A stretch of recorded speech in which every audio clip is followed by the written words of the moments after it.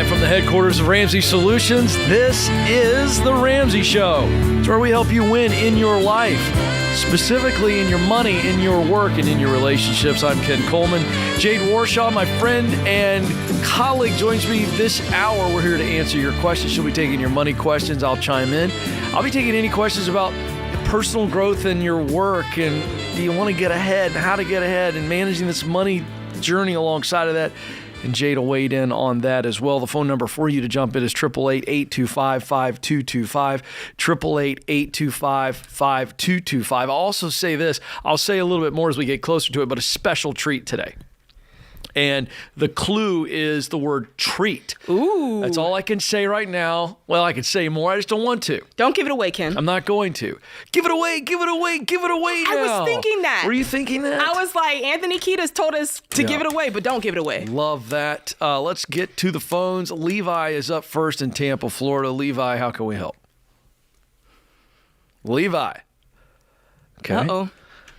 I hit the button, I promise. I hit line 1, so we're not getting Levi. This happens from time to time. That's all right. We can keep it rolling. I think James is going to help us out. Yeah, there we we hear go. you, Levi. Levi, what's going on?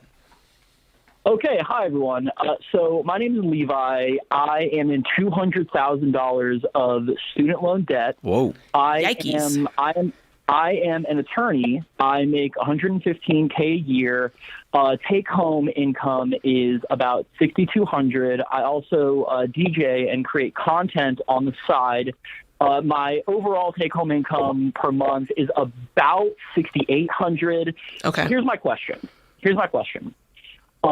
I want to refinance my student loans to get a lower interest payment. Right now, my interest is 9%. If I refinance right now, my interest rate will be somewhere between 7 and 7.5%. That's great. Should I refinance like right now, or should I wait for interest rates to lower? How long have you been out of school? So I graduated from law school in 2020, which was during COVID. Mm-hmm. I didn't, my student loan, I never had to pay any student loans, and now they've just kicked back in, and I've made a couple payments. Listen, and they're all private? They're all federal. Oh, so you're consolidating them at 7.5%. You're not necessarily refinancing them. See, answers like that's exactly why I called it in the Ramsey Show. I don't really know. No, it's okay. With federal loans, you can consolidate them down, and they'll group them all together, and they'll put them at one interest rate, which is not always, for some people, it's not always the best move, but it sounds like in your case, it is the best move. The thing that you need to realize with that is you get one shot to do it. And so I think that's why you're kind of worried of should I do it now or should I wait? That's accurate. Okay. Let me ask you a couple more questions before we get to that. Do you have any other debt?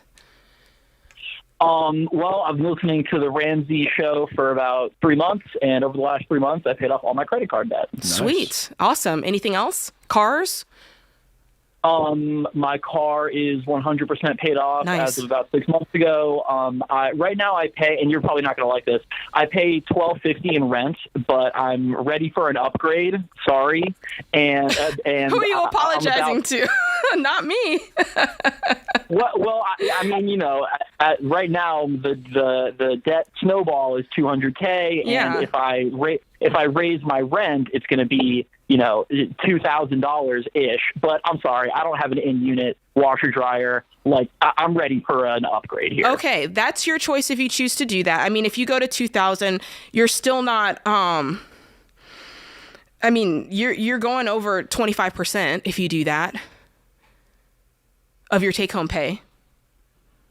Right. Okay. So is that is 25% like the metric that I should be wary when of? we talk about buying a house, it definitely is. And in your case with baby step 2, I would still consider that kind of a framework. I like where you're at now, and I want you to move up in hotel. My goodness, I want you to move up in apartment. Is there any way that you can save it until after you pay off this debt? Because here's the thing: that extra $800 or $750, that we're talking about months of freedom there. And you've got to really weigh the opportunity cost of whether you take that extra $750 and get your end unit, because it feels like that's kind of a celebratory thing for you, or kind of like a status thing. Like, listen, I deserve this. I've been working hard. I've been in law school. Give me the apartment I want. And I understand that.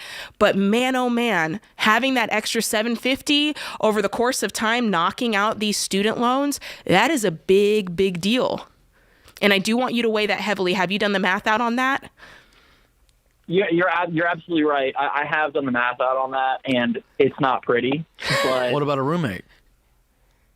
Not willing. Yeah, if he's ready to do that, he doesn't want to live with anybody. You got to make a decision, and I just think this is a bad idea. I think it's a bad idea for you to increase your expenses right now when it's really not that big of a lifestyle issue. I get why you feel the way you feel, but now we're always going to give you the advice that says sacrifice, sacrifice, sacrifice, because we want you to get free sooner, as Jade said. So we're not going to be in favor of that. How much of so you're bringing home $6,800. How much of that is going towards your debt at this point? So right now I put about $2,000 per month to student loans. Okay. So and that's well above, and I picked like an income-driven repayment plan. This is before I became obsessed with the Dave Ramsey Show on YouTube. And now it's like, my payments are $600-something, which is laughable. So I've been overpaying my payments. What kind of law do you practice? Workers' comp. What's the ladder look like over the next 1 to 3 years financially for you? When you say ladder, like how much more can I make over the next 1 to 3 years? Yeah, with a law degree, I want to know how you can increase this income, because that's what needs to happen. We need to be busting it.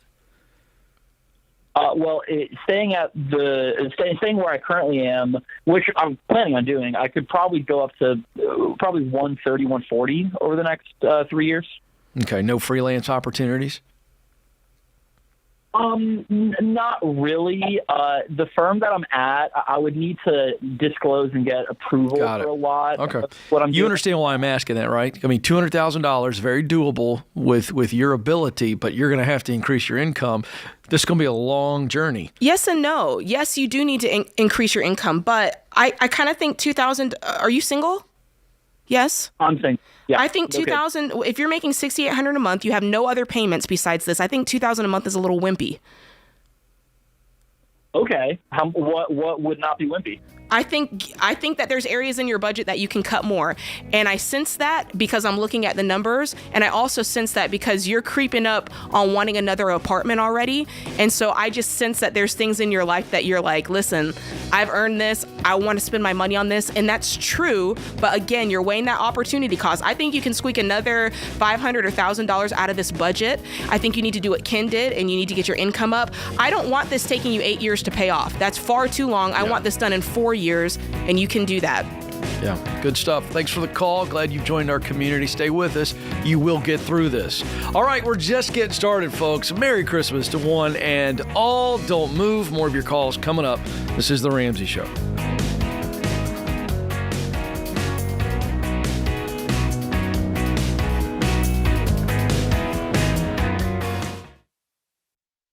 Hey folks, you know that sinking feeling when you make an offer on a house you love and then you hear there's another offer? You need the Churchill Mortgage Home Buyer Edge. Super fast pre-approval and a secured interest rate. Plus a $5,000 seller guarantee gives your offer the best chance of being accepted. The Home Buyer Edge from Churchill gives you an advantage over those other guys. Go to churchillmortgage.com today to learn more.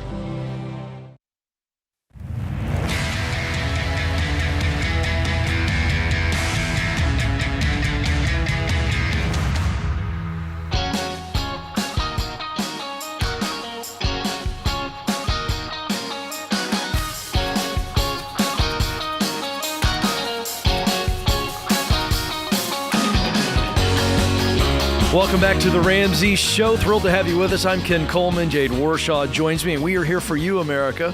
888-825-5225 is the phone number. 888-825-5225. Taking your questions about money. And I'm in the chair today, so let's take any questions about personal and professional growth, decisions about maybe starting a business. When do I go from side hustle to full-time? Hey, I'm stuck. I need a promotion. I'm not getting it. Any kind of work-related questions, because those are always money-related.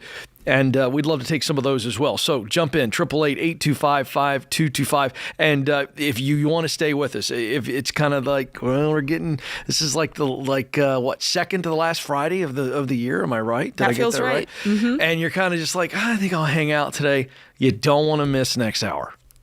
Jade has got another special treat. I get to sample it. There's another clue. You're really hyping this up, Ken. Well, I even broke out the cardigan today.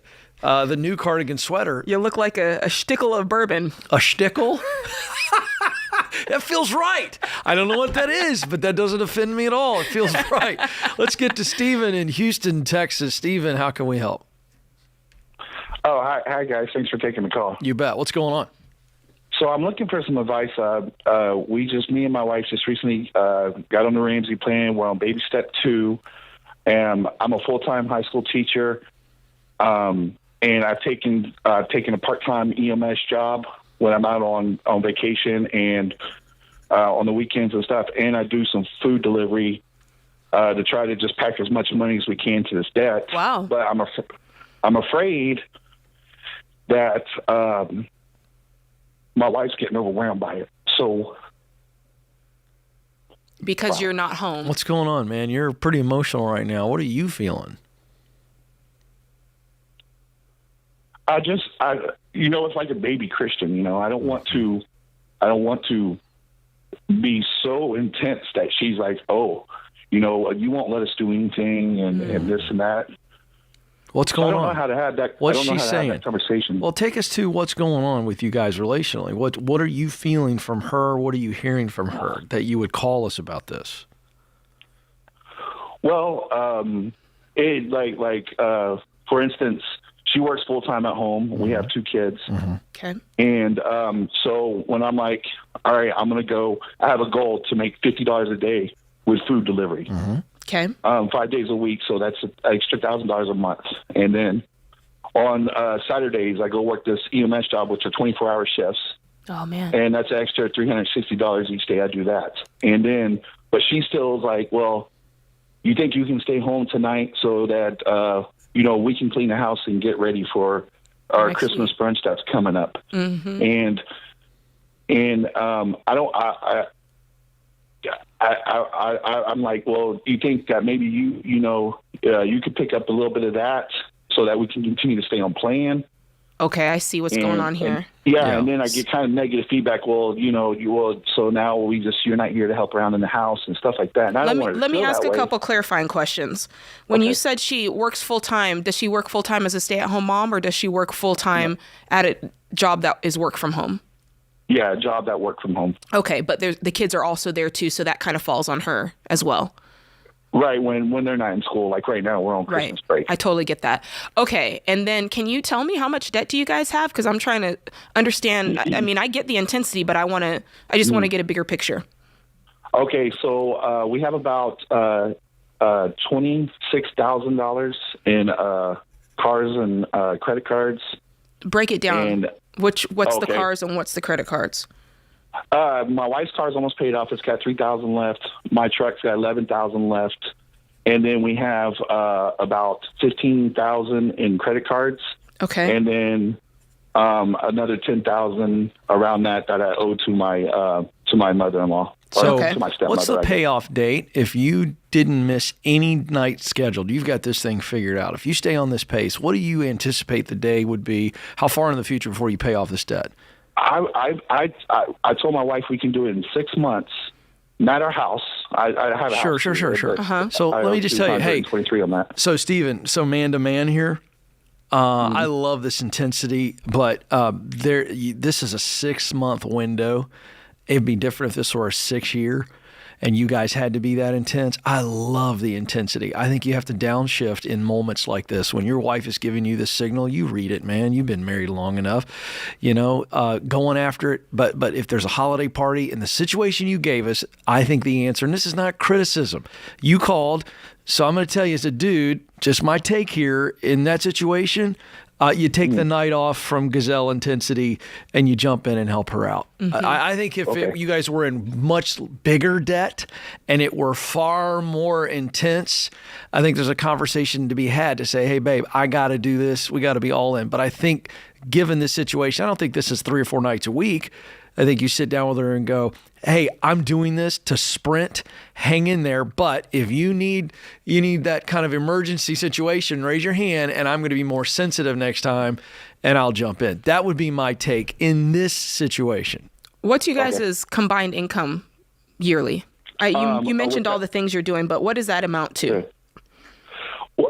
So that's recent, the EMS job and stuff. But so right now we make about 110 gross together, just at our regular jobs. Mm-hmm. And I'm looking to bring in. I got planned to bring in 3,000 extra a month, so about 30,000 more. So maybe about 140,000. Fantastic. If I stay on this track. Okay, so you're basically saying our normal budget stays the same, and I'm side hustling to pay off. I get it. That caused a little trouble too, because then we stripped the budget way down as well. We cut off some streaming services. Well, that's what I'm saying. It almost needs to be one or the other, because you've got $39,000 of debt, and you just outlined a plan where you're side hustling to bring in an extra almost $40,000. So if the side hustling alone is paying off the debt, then I'm trying to find a way where you guys can balance this out a little bit more. Does that make sense? Because if I understand. If you're going to bring in $40,000 a year and this is a full year play, as opposed to you just trying to Ken's point, just squeak this thing out in 6 months, I do think that, if you can get her on board, fine. But like Ken said, if she's having these moments where she's throwing a flag on the play, listen, we haven't seen you. We don't even remember what you look like, dude. You have to cool out for a minute, right? Yeah. And I think that I think there's room for you to take the pedal off the metal just a little bit. Yeah. Right, great, because I don't want to burn her out. So I guess that's very what smart. I was looking for to say. Your instincts are right. Yeah, she's like a baby bird. Sometimes you got to get them to keep coming to you. Steven, I think your instincts are right. You called us. We're validating your instincts. Your instincts are right. You're pushing really hard and it's affecting her, and you don't want to lose her in the midst of this cause. Mm-hmm. The cause is not as important as her and the kids. Right, because it's not. At that point, what's the point? Especially during this season. That's right. But listen, my man, she seems to be all in. We heard no signs of her not being all in. It's just, hey, we got a holiday party and I'm swamped with the kids and I'm exhausted. I also think it's important for you to show some appreciation to her for her being all in. And you know what? Maybe take a night coming up in the next couple weeks and totally surprise her and say, hey, babe, here's a little money that I've been making on the side hustle. Go out with some of your best girlfriends. Have a nice night. I'll take care of the kids. All right, Ken Coleman. Do you know what? I mean, what do you think, Jade? I think that's a teamwork play. That's a teamwork play. Because listen, I'm honoring all the moms out there, because my wife has done both. Stacy has fluctuated between being a work out of the home and a work in the home. Notice I say work in the home because that's a lot of work. And there are times where it's really good, guys, for us to just acknowledge the partner in the situation and say, hey, you know what? I appreciate you being on board. And what it is when you're going at that pace, you have to ahead of time say what the milestones are going to be. Yes. When we pay off this car, we get this. Right. When we do this, and it sounds like they don't have those milestones in place, and that is so important. You need a cheat day. These big time athletes. That's right. I follow The Rock. No big deal, Listen, I like those The Rock. cheat meals. Have you seen the man's cheat meals? It's pretty fantastic.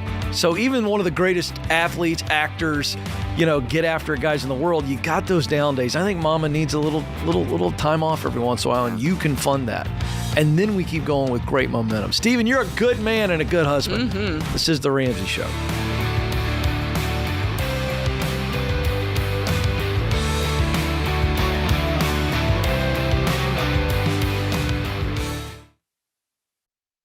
Hey guys, I've told you before about Christian Healthcare Ministries, a health cost-sharing ministry. But listen to Jenna, a CHM member. She says, one of my biggest concerns about entrepreneurship and motherhood was figuring out how to take care of our health expenses. But we have found a solution that works for us in an incredible way. She loves that with CHM, she can help other families who need it and receive help back when her own family has an eligible medical event. CHM has been a godsend for Jenna.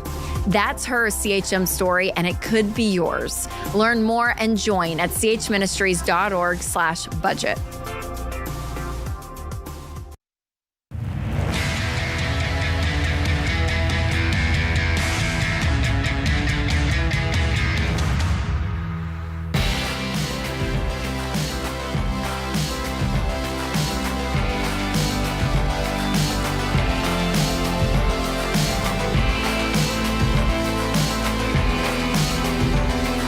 Welcome back to the Ramsey Show. I'm Ken Coleman. Jade Warshaw joins me in studio. We're here for you, America. 888-825-5225.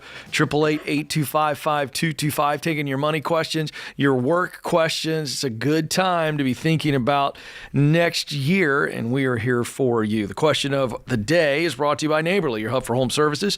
Neighborly has local service providers who can repair, maintain, and improve your home. Ladies, if you're married to a guy like me, you need Neighborly, because I can't do jack diddly squat around the house, and that's why Stacy is happy for Neighborly. Their network of experts offer top quality work and customer service by trained, reliable service providers. Find the help you need at neighborly.com/Ramsey today. Today's question comes from Sarah in Arizona. Can I donate money in baby step 2? My husband and I disagree about this. I made my husband do FPU and agreed to the principles before I would even accept his proposal. Wow. Dang, son. We just got married in September, and we are officially on a budget with combined finances. We have a good income, around $400,000 combined, but our debt snowball is more of a debt wrecking ball right now, $448,000 in total debt. I have always given $100 a month to charities, and I put these as line items on our combined budget. My husband says giving is for baby step 7, and this money should come out of my discretionary spending if I want to keep giving. I say it is not $100 a month that is going to derail us from reaching our goals. I'm still tweaking the budget, but right now I have our individual allowance at $200 each month. Can you please be the arbitrator of this debate? Oh, I need to Gladly. get you. I need to get you one of those black robes, and you're Judge Jade right now. I need to give you a gavel too. What say you, Judge Jade? I see a lot in this, so I'm just gonna pick it apart.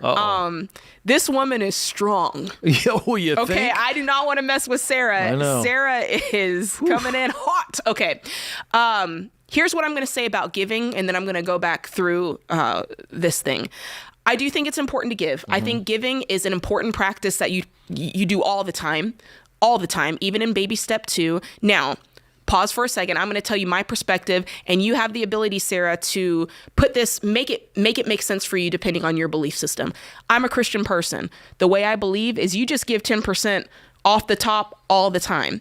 And you give that 10% to your local church. That's what I believe. That's a spiritual practice for me, but it's also a financial practice and generosity for me. So even while Sam and I were in baby step 2 with almost the same amount of debt as what you have, Sarah, but with a smaller income, we continued to give not $100 a month, but 10% of whatever we brought in.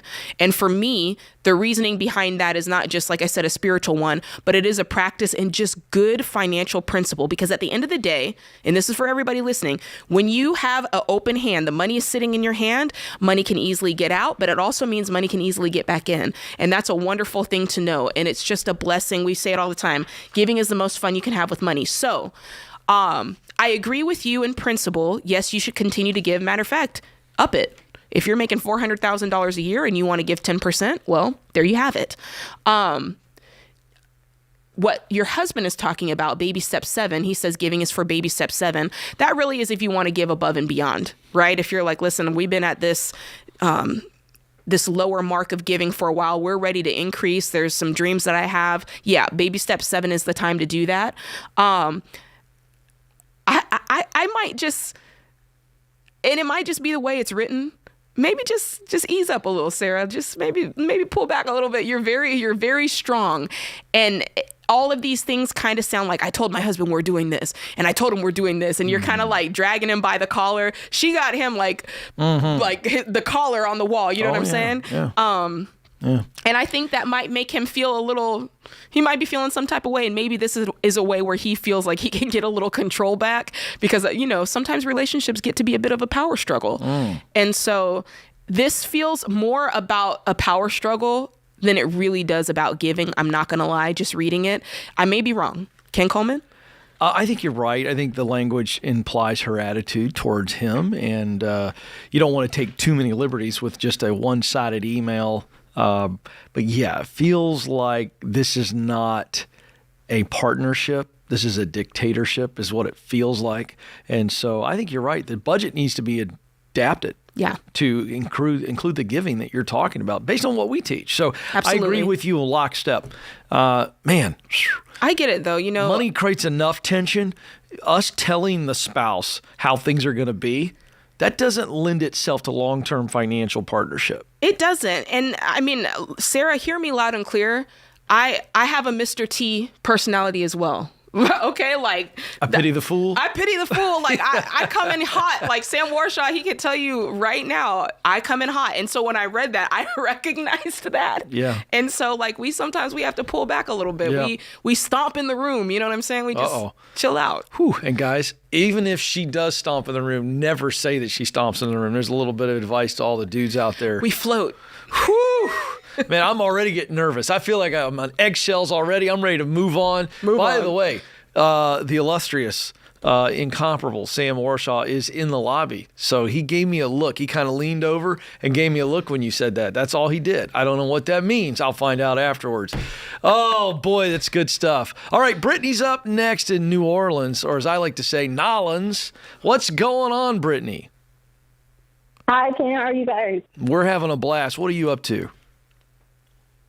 Working is that snowball. All so right. I have a question. Hey, before you ask the question, I got to know. Yes. When you live in the New Orleans area, is it a thing? Does everybody have beignets around Christmas? Is that a Christmas morning thing? I prefer sweet potato Oh, okay. around this time of the year, All right. personally. I just want you to know I order every year a box of the dough from Cafe Du Monde, and we do beignets Christmas morning. Yeah. Wow. Yeah, I love that. That's my treat. Anyway, sorry, I got distracted. Brittany, what can we answer No, for you're you? good. Yeah, they are good. Okay, so I'm working on my debt snowball, and the next debt I have coming up is a personal loan for $5,000. Now, I was previously married before, and so this is a loan that I hold with my ex-husband. When we split, we did agree to split it 50-50, and we've been paying the monthly payment since we split. Now, It's the next thing in my debt snowball, so obviously I'm trying to figure out what to do because he does not have his half of the $5,000 to pay it off currently. Who do you owe the money to? One Main. Okay, so it's okay. A lending service. Okay, it's a personal loan from a bank, not like grandma loaned you money. Okay, correct. Yes. Is he good for it? Like, tell me what kind of guy this is. Is this the type of guy who's going to pay it? He's been paying it monthly. He's late sometimes, but he always gives it. But is it in both of your names? So for the most part, yes, it's in both of our names. I'd probably pay my half and set it aside, and then by the time I get done with my debt snowball, if he still hasn't paid it, I'm going to pay it and move on. Okay. That's what I was thinking. Should I just pay the whole thing?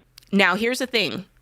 If you start to see, here's the thing. You pay half of this and there's still a monthly payment due. So you need to monitor this. And if you see, listen, he's not making his payment, this interest is racking up and it's going, the bill is going up, it's not going down. Right. You need to reach over and just pay it off immediately. But if you see, okay, he's making his payment, this is working because, $2,500 is a lot of money. I might change my mind. Hold on a second. How much more do you have in your debt snowball? If I sell my car, which I plan on doing, I'll have about $40,000 left. $40,000 left. And how much is the car worth? The car is like 20. All right. If you don't sell that car, because I think that's a big part of this, pay your half and watch it. All right. Watch it every month, because I don't want this going back. If you see even 1 month that he's late, reach over and pay it off. All right. Thank you for the call, Brittany. When you said reach, I thought you said reach over and cuff him right in the back of the head. But she could try that too. She could try that too. Hey, Brittany, you're doing awesome. You're on your way, and nobody's going to stop you. Thanks for the call. Great advice, Jade. All right, don't move, folks. We got to pay a couple bills, and we'll be right back. This is The Ramsey Show.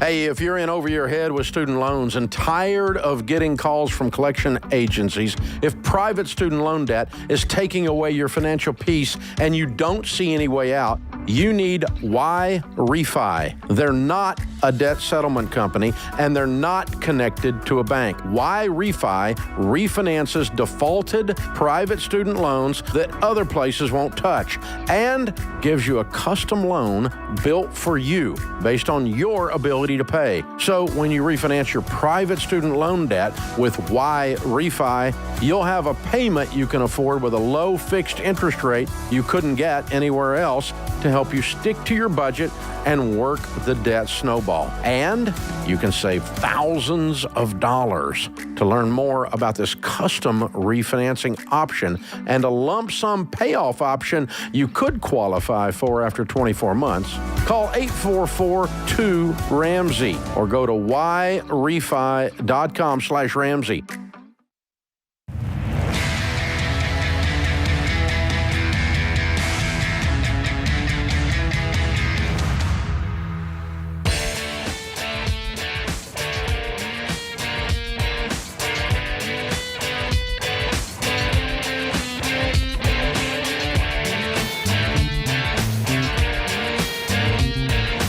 Welcome back, America. You've joined the conversation about your life, specifically your money, your work, and your relationships. We want you winning in all three of those areas. And that's why we do this show, The Ramsey Show. I'm Ken Coleman. Jade Warshaw joins me. 888-825-5225 is the phone number to jump in. 888-825-5225. Let's go to Toronto, Canada. Max joins us there. Max, how can we help? Hey, Ken. Thank you guys so much for having me on. Can you hear me okay? Yes, sir. What's going on? Awesome. Yeah. So I'll kind of just give you the question, and then I guess we can dive into it. So I'm 23, graduated university 2 years ago now, and thinking of moving on for my first full-time job and taking a shot as an entrepreneur doing some social media and YouTube content. Okay. And what do you make in your full-time job? So right now I'm at $80,000. I also have a side hustle that I'm doing about $5K a month. Oh, wow. What's the side hustle? Yeah, so I'm partnering with this company called Odds Jam, and it's a little bit weird, but kind of with a lot of the new sportsbooks and gambling companies coming to Canada, there's a lot of opportunities for different promotions and things like that. So using this software, I've been able to have success on average about $5K a month past year. Wow. And so where does the YouTube social media venture that you mentioned, is this related at all to the work you just described? That's the side hustle, or is it completely separate? No, so it would be completely separate. Kind of my game plan would be to continue to do the side hustle and then kind of leave this full-time job and then be able to fully dive into, doing 60, 80 hours a week on the, the YouTube social. Do you have any debt right now? Nope, no debt. No debt at all. You're single? I have a girlfriend of 3 years. Girlfriend of 3 years. What kind of content are you planning to do, social media and YouTube? Yeah, so it would be kind of in the self-improvement, self-development space, specifically geared to a target audience of young men, probably within the age of 14 to 22. A lot of it would kind of be either fitness-related, mental health, building self-discipline, confidence, some stuff with how to have success with women as well as business. Have you done any of that content before, or is this just an idea? So I haven't done any of that content before, but I am publishing a 300-page self-improvement book in January. So that's going to be coming in the next month, and all of the things I talk about kind of in the book are going to be directly related to the content I'm doing on the channel. All right. Well, then, based on what you've told me, I think what I would do if I were you is I would release that book. Proud of you for that. I think that's great. I would start doing this content now. I would not go all in. To me, it just is not worth taking a $20,000 pay cut. I love that you're making $80K in a day job that is allowing you enough bandwidth mentally to be making you're on pace to make $60,000 a year in a side hustle. So I wouldn't just immediately walk away from the $80K. And to go all in on the social, because I don't think that's the right strategy. I think what I would do is I would come up with a strategy to test this. What's a legitimate test? And I'm making this up. Please don't let me hang this on you. And I want Jade to weigh in here in a second on this too. But I would be thinking social and YouTube. So is it 3 videos a week? Is it 1? How many posts a day? Get whatever you think is a legitimate test, not be all end all. Because remember, starting a social media side hustle should have the same mindset as starting a regular brick and mortar business, meaning I'm not going to go all in on a bunch of inventory, buy a building. I'm going to lease. I'm going to do a small inventory. I'm going to test this stuff. So to me, I would stay put doing exactly what you're doing now. And what I would do is I would commit 20 hours a week to it. 15, whatever you can do. Let's go full-blown test, because you could still hustle right now, put out enough content to test it and see, is there anything there? Then what I would like to see is social media, this new side hustle, the personal development stuff. I'd like to see that getting to a point where you can see it generating $20,000 so that we replace the $80K from the day job. There's just zero reason for you to risk right now. Also, that book, when did you say the book comes out? So the launch is planned for the end of January of this year. Okay, or and 2024, I guess. I'm just asking, is this something you've done on your own? Like you found a publisher and you did this, or is there some sort of deal that you got because of something you did, and there's a little bit more hoopla around it? Can you tell us like the seriousness of this? Yeah. Yeah, so I wrote the entire book myself, and then I worked with another publishing company in Canada, which kind of helped me with, cover design, going through the manuscript, going over everything with a fine-tooth comb. Yeah. But it's up to you to market it. Yeah, exactly. Yeah. Okay. So I think to Ken's point, that book is going to be a big test for you too. Because you're going to look and see, okay, like, is it selling? Are people interested in this topic? What's the feedback? On Amazon, you'll be able to read those reviews and see everything that's going on with that book. So that's one of the ways you'll test it. But Ken and I can both tell you from social media, before I came to Ramsey, I started a channel, and it is hard work. People, people like to look at influencers and go, oh, you're an influencer. How hard could it be? And I'm like, no. It's hard work. It's very hard to get people. It's a constant competition to make sure your content is what people want to see. So do you plan on having somebody to help you with it? Or is the first step just you doing it on your own?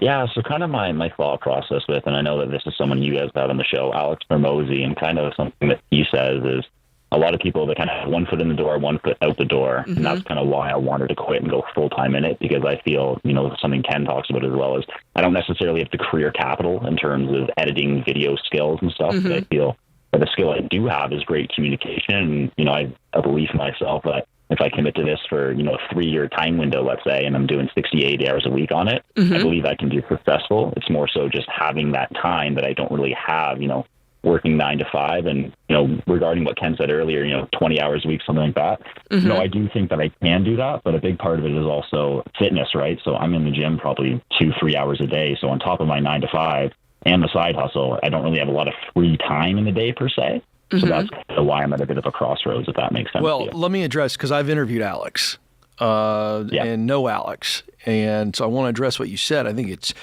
it's correct what he has said, but there's also scaling involved, and there's a season when we're testing, and then there's a season when we scale. And this is what I heard you say is quit everything and go 80 hours a week to be able to do this. Did I hear that correctly? I would still do the side hustle that I'm doing, the odds GM so that thing, puts you at, job. so how many hours a week do you have to put into that? That's making you $5K a month. probably 2 hours a day, every day. Okay. Well, listen, I'm not going to tell you not to do it. I told you what I would do, and I would eventually ramp up. I'm with Alex that at some point you've got to go all in. I just don't think you're ready to go all in yet. Yeah, how quickly? Okay, let's say you're replacing the $5,000 a month that you're making from your $80,000 job that you're netting. How quickly do you think, by posting on social media and YouTube, that you'll recoup that? In your mind, how quickly do you think? Yeah, I think if I on do a regular 2 basis. years, How long? if I do 2 years, that'd probably be 800 videos. I think I could have a good audience by then. It's very speculative. It's very I'm just saying it's very speculative because this is from somebody who's doing what you're saying to do. I did it for 2.5 years, and I had just started making money. When I say money, I mean a little bit of money, not anything close to bank.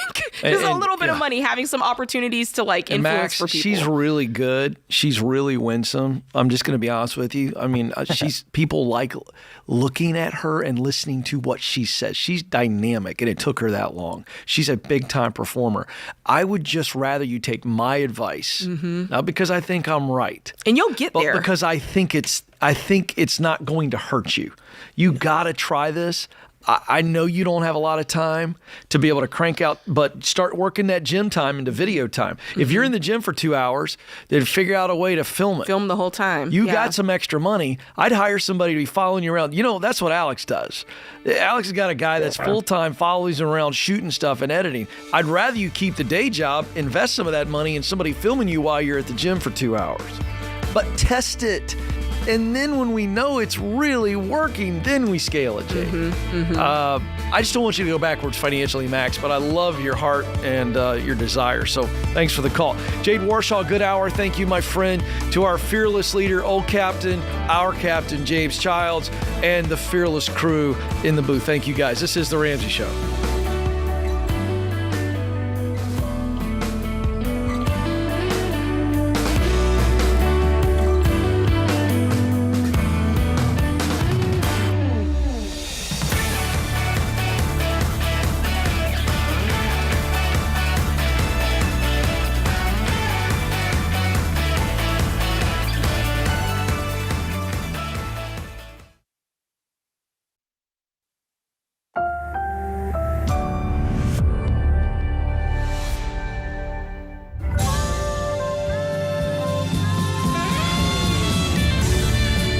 Live from the headquarters of Ramsey Solutions, this is The Ramsey Show. It's where we help you win in your life, specifically with your money, in your work, and through your relationships. 888-825-5225. That's the number to jump in. Jade Warshaw joins me. I'm Ken Coleman, and we are thrilled to be with you to answer your questions. We're for you. Let us coach you up today. 888-825-5225. Jade specializing in the money questions. I'll specialize in any work-related questions. We'll kind of tag team any question that comes in, and we believe that your best days are ahead. 888-825-5225. Special segment coming up later this hour. Jade, I want you to tease it, however you choose to tease it, because these are my favorite segments of all segments. And I don't care if Dave's listening, George, Rachel, John, I don't care. This is why I love co-hosting The Ramsey Show. Is that a setup? Okay, Ken, you didn't have to fire shots, but why? Yes. That's fantastic. That's great. This is great. Yeah, we're talking about, it's the holidays, right? Yeah. Christmas is coming up this weekend, and then you got New Year's and hosting parties, Ken. Yep. There's always these expectations. How can we save money and have a great contribution in the midst of that? So we are going to have a taste off. That's right. I'm going to be subjecting myself to your tips. That's right. And then I am just supposed to comment. And this is my favorite thing to do. That's right. There will be beverages. Can you tell the difference between a $10 bottle of wine and a $30 bottle of wine? We're about to find out. In this sweater today, you would think I would know, but I don't know. I don't know if it's all surface or if I have a palate that is good enough. So we'll see. So that's you don't want to miss it. You're actually going to learn something and save money, thanks to my bright colleague over here. So it's going to be a lot of fun. I can't wait. I'm already getting hungry and thirsty. Let's go to Rebecca in Portland, Maine. Rebecca, how can we help? Hi, good afternoon, everybody. How you doing? Good afternoon, Rebecca. How can we help? Hi, so I'm trying to figure out how I can get started on paying down all of my debt. And what I had told the dispatchers when I called in was that, so we are on a Section 8 voucher, and so it goes by income. And so between that and then my son's SSI, like, our income's kind of limited. And so I've got already, like, debt collectors calling me, and our rent's going up in a week and a half after the first. So I'm trying to figure out how I can start slowly paying down these debts given what our new budget's going to be. Okay. How much debt do you have total? Roughly about, I had to take an educated guess, $5,000. $5,000, and it's what, credit cards? Credit cards, yes. Okay, so $5K in credit card debt, and that's it. What about transportation? How are you? What's your situation there? We just ended up actually having to junk our car about 2 weeks ago. So right now we don't have a vehicle. We try to take public transit up here, but the public transit isn't very good.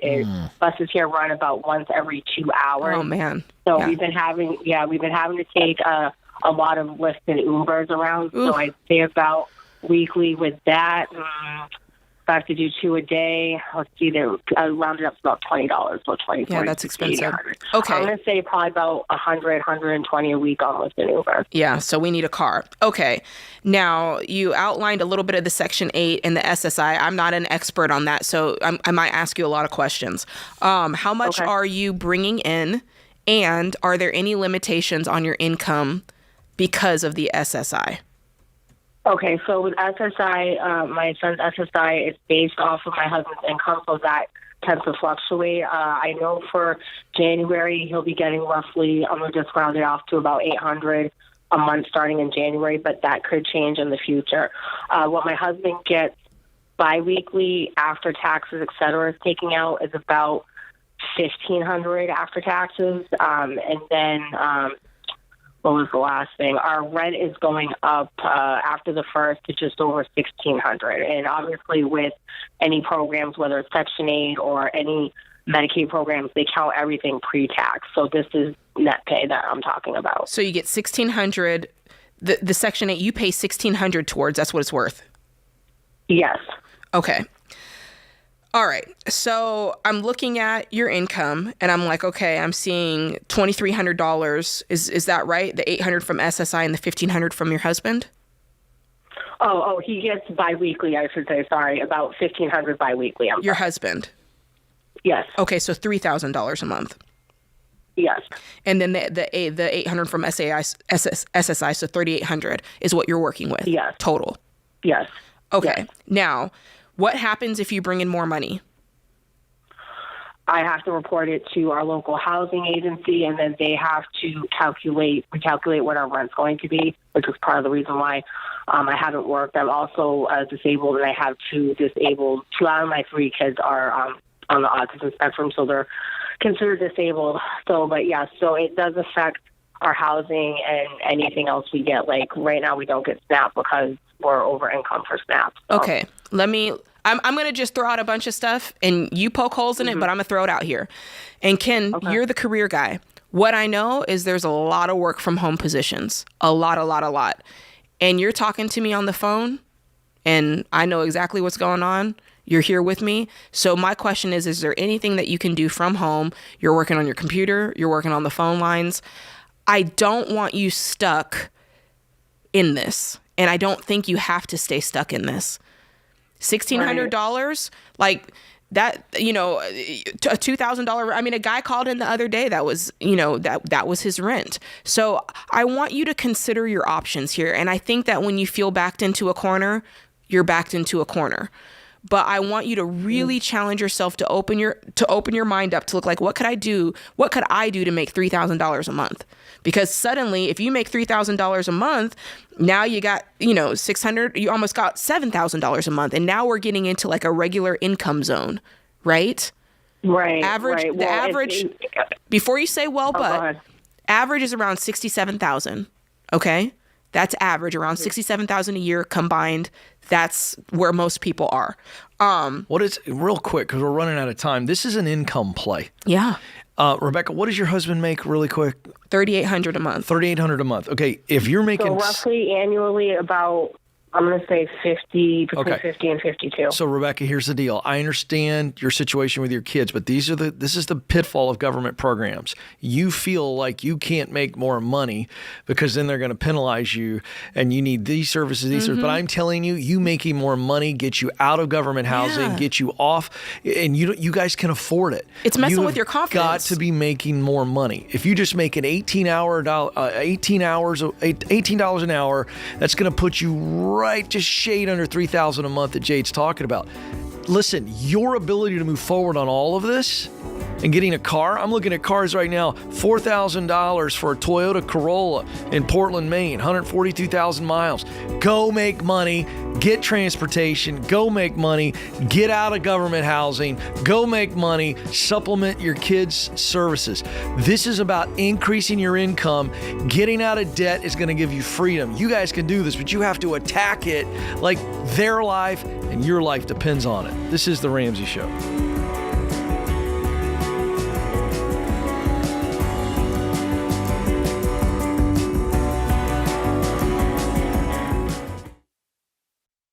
If you're like most people, your home is your most valuable asset.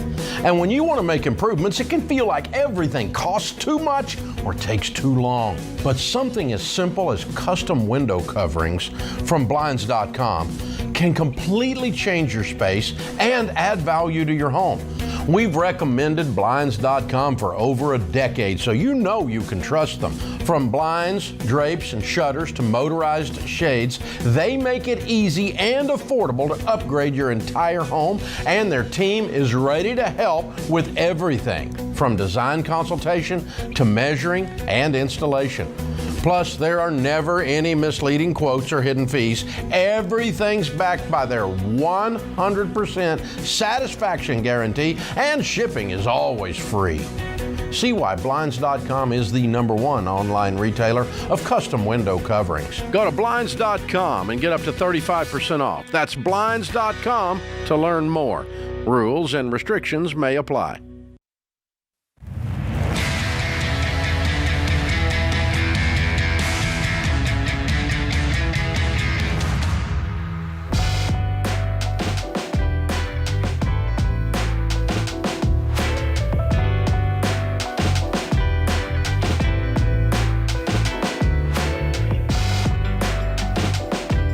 Welcome back to The Ramsey Show. I'm Ken Coleman. I'm joined by Jade Warshaw.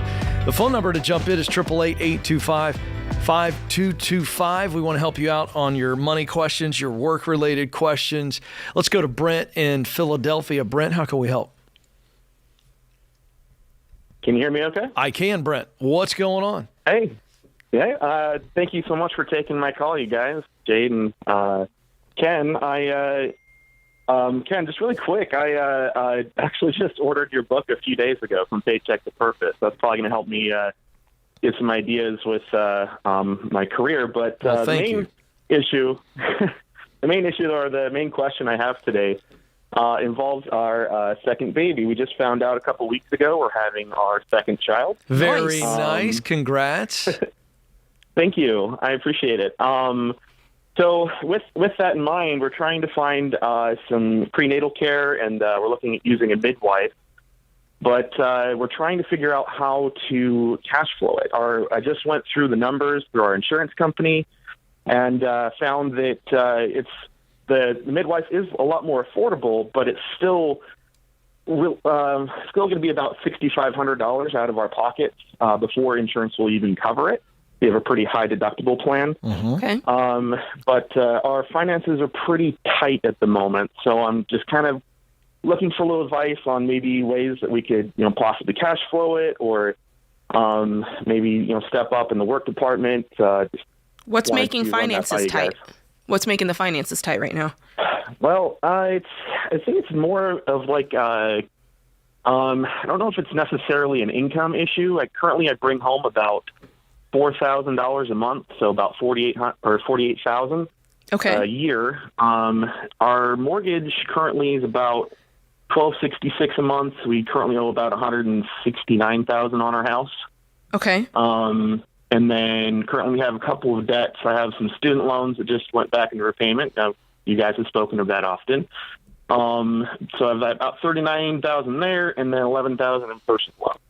Okay. So I was crunching the numbers on there. Currently, with all of our current expenses, we've been trying to cut in different areas, but we're only ending up with maybe a couple $100 extra a month, if that.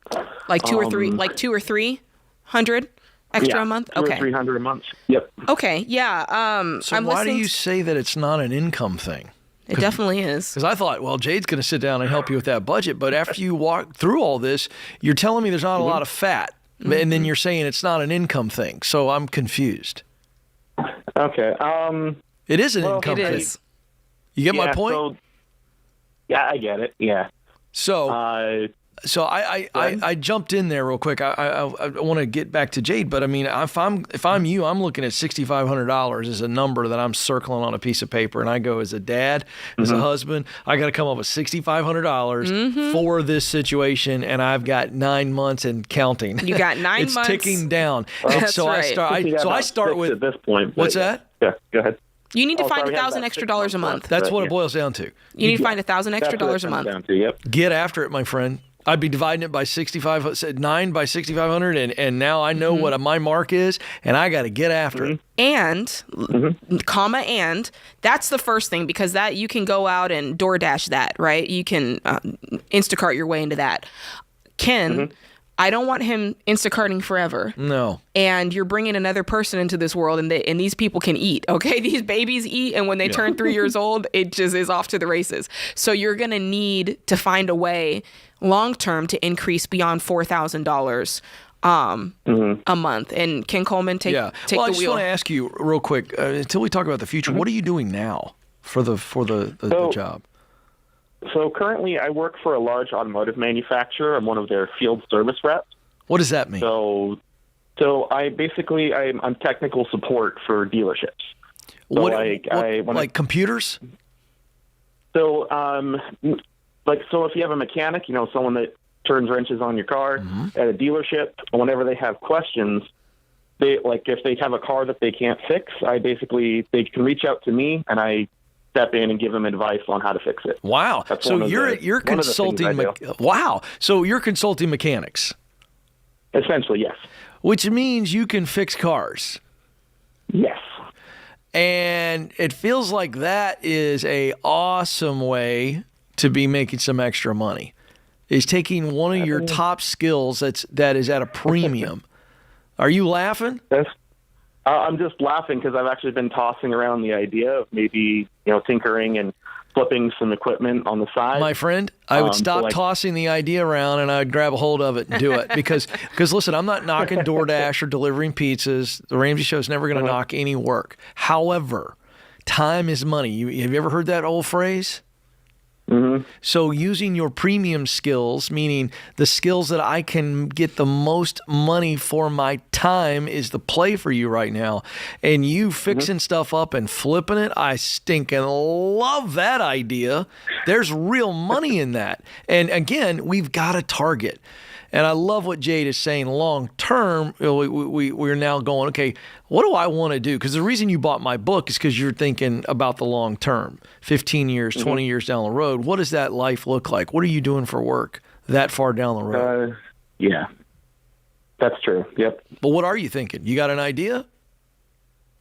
Well, that's part of why I kind of wanted to start thinking, because there are jobs available farther down the line, at least for my career, but they're all back in where the company's based. It's one of the big manufacturers in Michigan. Brent, when I asked you that question, you had an answer, and then you begin to think through it, and you're dealing with some fear and doubt. I've coached almost 10,000 people on the Ken Coleman Show who call me up and they act like they don't know what they want to do, and I always find out about 2 minutes in they do. They're just afraid to say it. So because I'm your friend and Jade's your friend and we don't judge anybody, what's that thing that you've been thinking about that you want to do? Just say it. Well, see. See, you're already trying to couch it. Just say it. I'll tell you if I think you're crazy.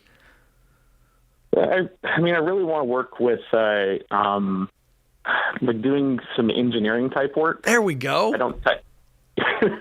Hey, but the avenue to do that is to go back. Go ahead. Go back to what? So we have to move back to Michigan. So right now we live in Pennsylvania, but we'd have to move back to Michigan, which my wife. Why? That's the only place you can do that type of engineering work? I mean, I could move to a job similar to the one I currently have for another company. No, my friend. Move up that way, Brent, you know what kind of engineering work you want to do, yes? Mm-hmm. You are limiting yourself to saying that you can only do it in the state of Michigan. Am I right?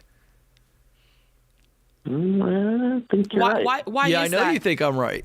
Did you say you think I'm right?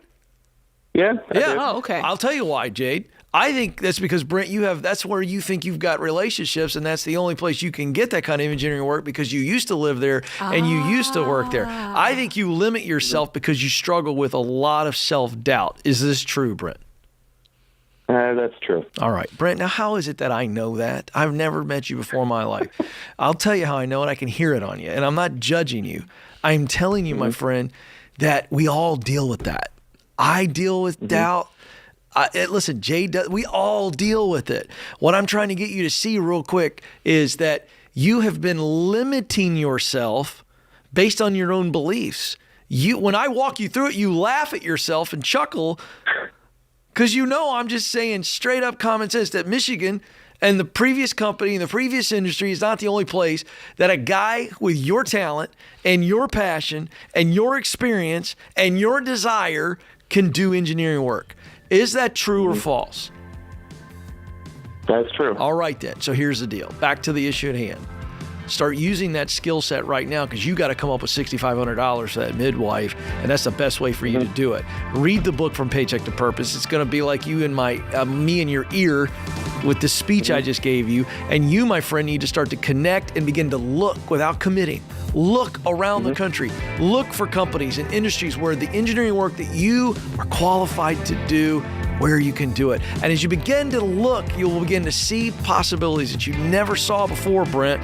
Congratulations on that baby. But right now, my friend, $6,500 on a whiteboard. Circle it and start getting after it. This is The Ramsey Show.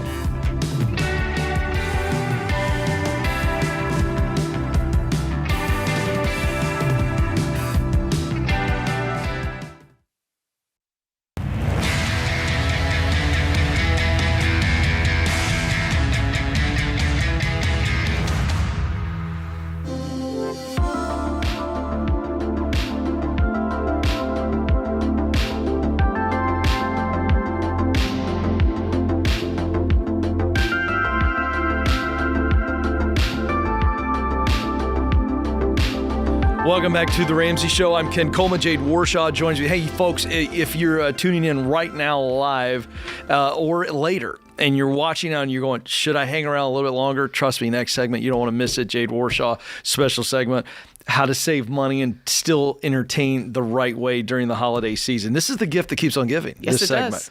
So I can't wait. I'm excited. And I get to just sample whatever she's bringing in here. So for me, it's just... you just want snacks, Ken. You know what? I'm a simple man.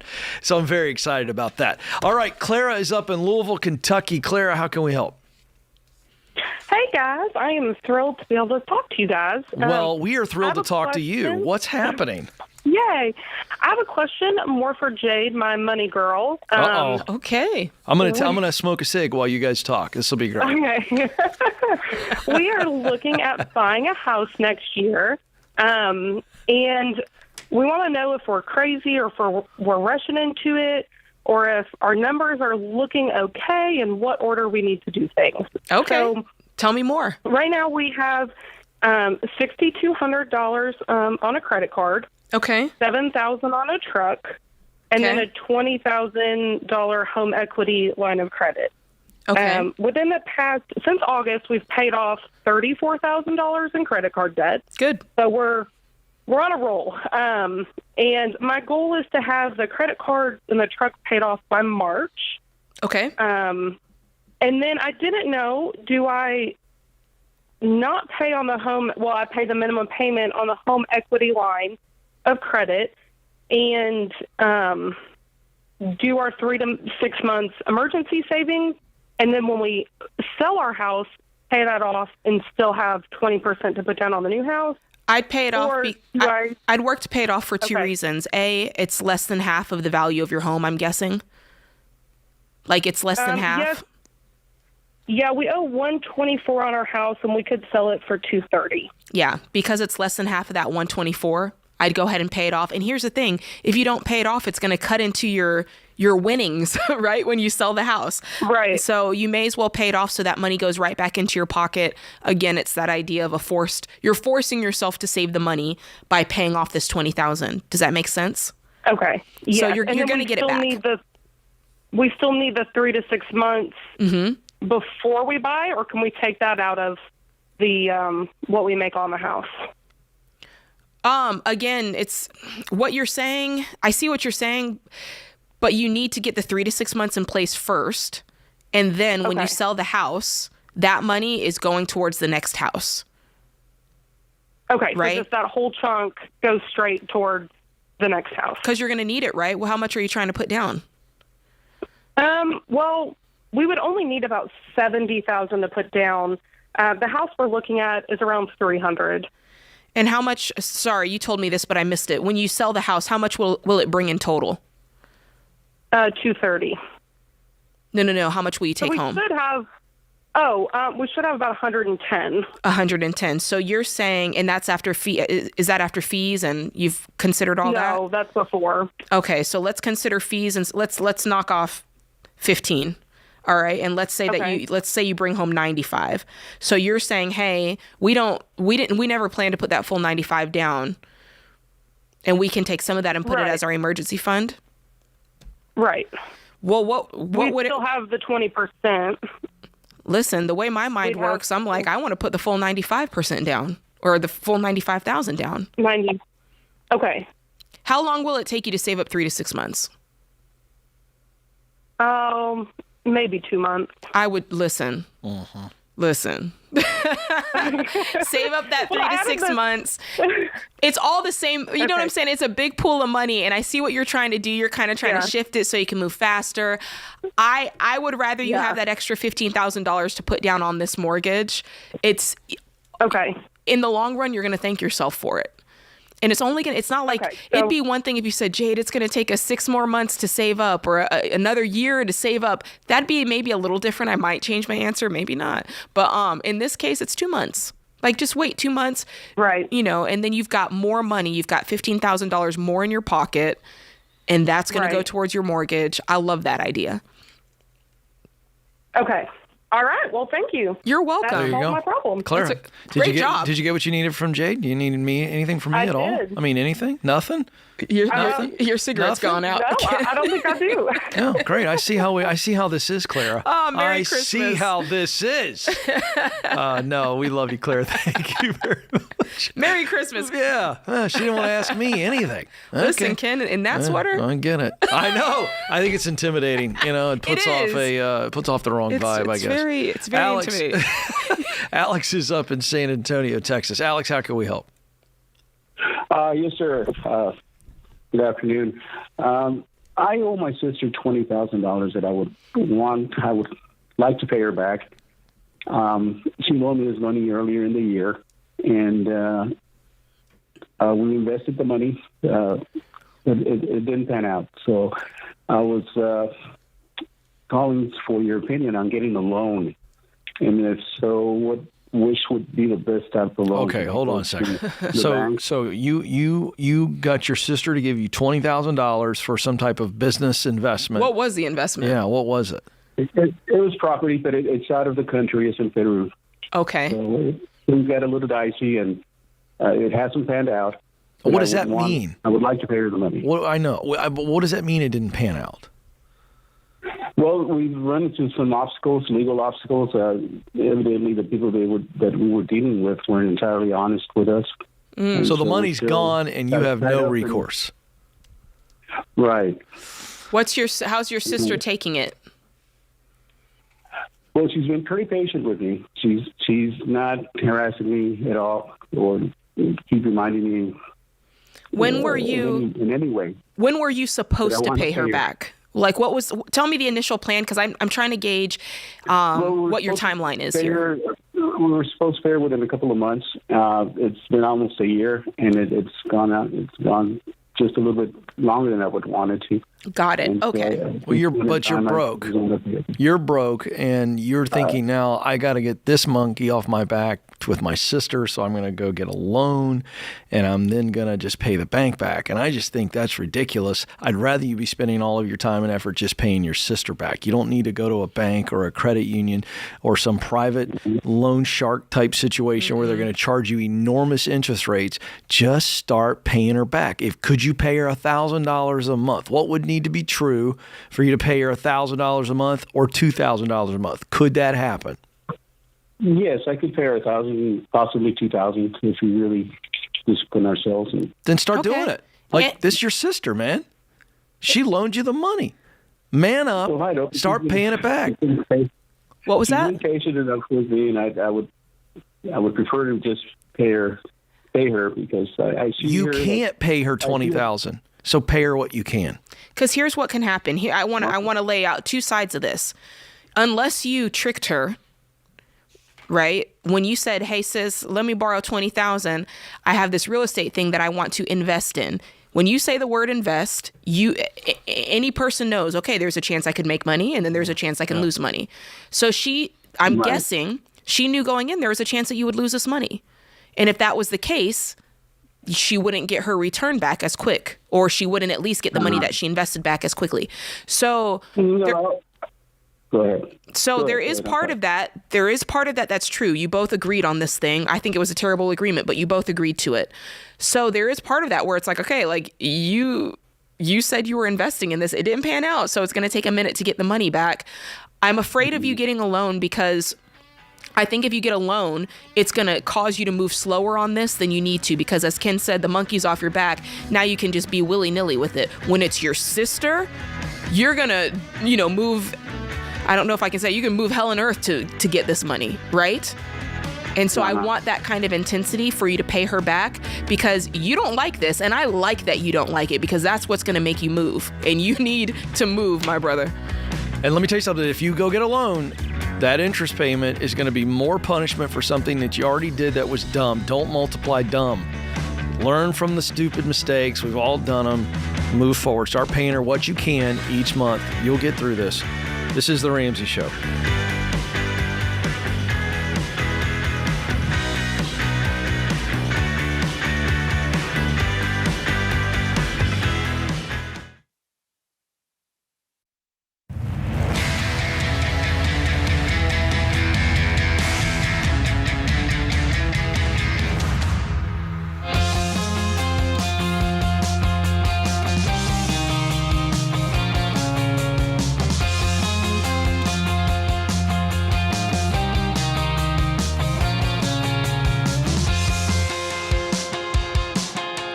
Welcome back to The Ramsey Show. I'm Ken Coleman. I'm joined by Jade Warshaw. And, we've for years and years and years, decades, been coaching people to win with their money. And a big part of it is budgeting. Every dollar, the world's greatest budgeting tool, saving money. And so this segment is all about you saving money in the holiday season. I turn it over to my unbelievably qualified budget queen herself. Ooh, budget Jade queen. Warshaw has got a plethora of things here that I get to sample. Take it away. Man, okay. So you're right. I love it. We're doing this money thing. It's that time of year. It's the holidays, Ken. Yes. Parties is what I'm talking about. Christmas Yeah. parties, New Year's Eve parties. They're all over the place. And you want to participate. Even if you're in baby step 2, paying off debt, you want to find a way to participate. And the number one thing, I would take a poll if you want. The number one thing when you go to somebody's house and you're like, I got to bring something, it's a bottle of wine, right? Yeah. Let me bring a bottle of wine. But then your mind immediately goes to, okay, like I only spend like $7 to $10 on a bottle of wine, but I don't want to walk in there, with a barefoot, the barefoot with a yellow tail, right? So do I need to spend $30? And honestly, can they really tell the difference? Can you tell the difference, Ken, between I don't know. I think it's an about, expensive let's bottle? find out. It's about time. This is a $30 bottle of wine that was brought to me in my home. All right, I'm not going to. So when you pour it, I don't want to look. I feel I'm going to look this way. So, because I want to be able to figure out if Which I one can is which? tell. Yeah, Okay. because if I see you pour it, then I'm cheating. So this is it's a $30 bottle of wine that somebody brought me compared to my favorite bottle of wine, which is $9.99. You're kidding me. $9.99. Really? It's my favorite. It's called Apothic Red. Now, Ken. Oh, yeah, okay. Have you poured it? Yes. Okay. Drink the first one. I know which is which. Taste it. I always have to do the sound effect. Kills the guys in the booth. That's pretty good. That's pretty good. Okay. Okay. What's the I second need one? to. No. You're not wiping it. You're washing it down already. I was going to eat something. Okay, here we go. That's a different portion. Now, this one is much smoother, without question. Which one did I pick? You don't know? You picked my favorite. I picked the $10 wine? You picked the $10 wine. I'm not kidding you. You picked the $10 wine over the Folks are $30 watching it. wine. I have no idea. Wow, okay. So if you're looking for a good one. A little one, disappointed in my palate. $10, Apothic Red. Okay, I'm going to hold on Ken. to these two over here for the commercial break. So I'll put those right over here. The reason it's better is because it's a blend. So if you're going to get a cheaper bottle of red, go for the blend. Don't go like a Cabernet or a Merlot. $9.99. $9.99. By the way, your I mind? want to add a little value to this because you're the budget queen. I would take Jade's bottle and I would show up with pride to the party and just present it and say, this is one of my favorite wines. It's a blend. Say a little something about it. They don't know it's $10 unless they look it up. I love it. All right, let's try it with the white. I got to turn the other way. All right. Now, I do think that there's a little bit more I'm not a big white leeway wine guy, with the folks. white wine kind of deal. Why? So, Ken, I just... All right, I can't don't know. see what you're doing. All right, here's the first one. All right, now what am I choosing between? These are Pinot Grigios. Okay. That's very refreshing. I like that. Now try the next one. By the way, one of these is a $38 bottle of wine. I think it's 38. It's my favorite Poulet Fusé. I like the flavor of the second one better. Okay, flavor of the second one better. In this case, you did pick the $30 wine. Oh, but all right. is it truly, Ken, No, a $25 difference or a $20 difference? I would tell you no. So would you be okay if somebody brought this? Yeah. This cupcake wine. How much is this wine, guys? I have a picture here. This cupcake wine is, oh boy, it's cheap. It's $9.99, I think, as well. $9.99? Yeah, there wasn't that There's big not a of big difference. There was not a big difference. So Now, let's be honest. Admittedly, I'm not a Pinot guy. If you're truly concerned about this, what I suggest, just get a bottle of that, Martinelli's. It's non-alcoholic. It's that apple cranberry sparkling juice. Am I trying that next? No, but the point is there's no expectation. When it's that, it's like, okay, I know what it is. You drop some cranberries in it. It's sparkly. It's still festive. And it's like under $5. So if you're unsure what wine to bring the non-alcoholic kind. Martinelli's, it's great. The sparkling apple cranberry. Then there's no stigma attached. I'm trying to stay on focus, so we need to go to the next one. This $10 wine is fantastic. Now, I feel like my advice is going to be better in the next hour. Listen, I didn't have any. You're hogging it all. It's my role. I'm supposed to be the taster. If you want to switch roles, then that's your problem. No, I'm going to do mine off camera. All right. What do we got next? So if you're hosting, you're like, oh, Jade, I'm not a wine thing. I'm not doing the beverage. What else should I bring? Sweet snacks. I was going to go with the cheese and crackers next, Ken. Oh, I apologize. Cheese and crackers. Cheese and crackers. Now, here's the thing. Let me be a good co-host. There you go. We lost If you're going to do it, buy a block of cheese yourself and grate it and slice it yourself. You're going to earn so much more money back into your pocket, okay? If you buy a block, you can buy a 16-ounce block of store brand cheese, and it's 43 cents an ounce. Really? But if you buy it pre-sliced, you're paying almost double per ounce. Okay? It takes 2 seconds. It takes 2 minutes to just slice it up yourself, and it tastes better. See if you can tell which one. Now, okay. So we have pre-sliced and then Jade sliced. Yes. Oh, so these are just for me to sample. Yes. All right. I'm going to skip the cracker and go right to a little bit of the cheese. Okay. You're skipping the cracker? Wow. Yeah. For time, I want to get right to it. There you go. Not bad. Okay. And then try the other one. Can you tell the difference? Indiscernible. Indiscernible. I can't tell the difference. But you saved money. And I always say, like, listen, it's store brand cheese. Is it the same cheese? It's the same. One is the store brand. You saved $2 by slicing it yourself. And I always say, like, buy store brand. Don't go crazy on the cheese. If you want to spend money, get fancy crackers, okay? The crackers are what makes the plate look pretty. They're what give it, like, some interest. Have you seen the movie Four Christmases? Yeah, who hasn't? You could always go spray cheese. No, that's disgusting, Ken Coleman. I know, that's not even real cheese. You people don't have in the any lobby home are training. laughing, though. The people in the lobby thought that was funny. You know, horse d'oeuvres, anyone? It's one of my favorite horse scenes. d'oeuvres, yes. Yeah. All right, now let's talk about dessert. If you boy. to me, if you bring a dessert, if you really want to look like you did something but not really do something, bring a dessert. Now, here's the thing. If you go to Kroger, you go to Publix, you go to Hy-Vee, wherever, and you get something out of the bakery, do not bring it to the party in that old, that plastic tin that it comes in that's like when you try to open it up. You know what I'm talking about? Yes, great sound effect. I wasn't ready for that. Don't bring it. Put it on a nice platter. Oh, this is a very nice platter here. But better yet, just make it yourself. So we have 2 brownies here, Ken. Which I can't tell. One is made by you? One is made by me. It's a little bit more rustic. It's a little more homey, but it also looks very fudgy and delicious. The other one is a store-bought. And by the way, I was able to make brownies at home for $2 cheaper than buying them. And I got more out of it, okay? The store-bought ones, I spent very exciting. $14 or something like that on them. So we're running short on time, so I just have a bite of each. Tell me which is best. Which is best. Okay. You tell me and get into it, Ken. Get involved. I don't know if this is store or you, but it looks good. I got some powdered something on the top. Get into it. Oh Lord. Oh, that's unbelievable. I don't have enough time. James, you have to come in here and help me. Now try that old crusty one over there and you tell me which one. I think she gave it away. It's light brown. I will tell you, the one I just had, it's very moist. It's Thank fantastic. You. Listen, don't give me a light brown brownie. What's wrong with you guys at Publix? It's not the same. It's not even close. Whatever you got in there, that was very fudgy. It had moisture in it. In the sense, this is dry.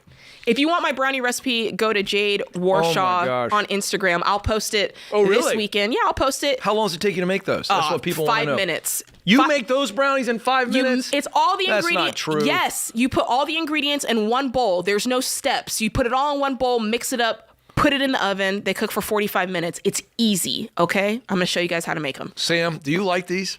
I'm going to tell you. This man is a lucky man. He's a lucky man. It's amazing he's not 600 pounds, my 600-pound life. Folks, I'm not just saying this because she's my friend and coworker and co-host. This is the best brownie I've ever had. Jade, seriously, this recipe... You're not the first to say that, Ken. At Jade Warshaw on Instagram. Ladies, I'll post it tonight. Go get the recipe. She's going to post it tonight. I got to go find a glass of milk. We got to pay some bills. Don't move. This is The Ramsey Show.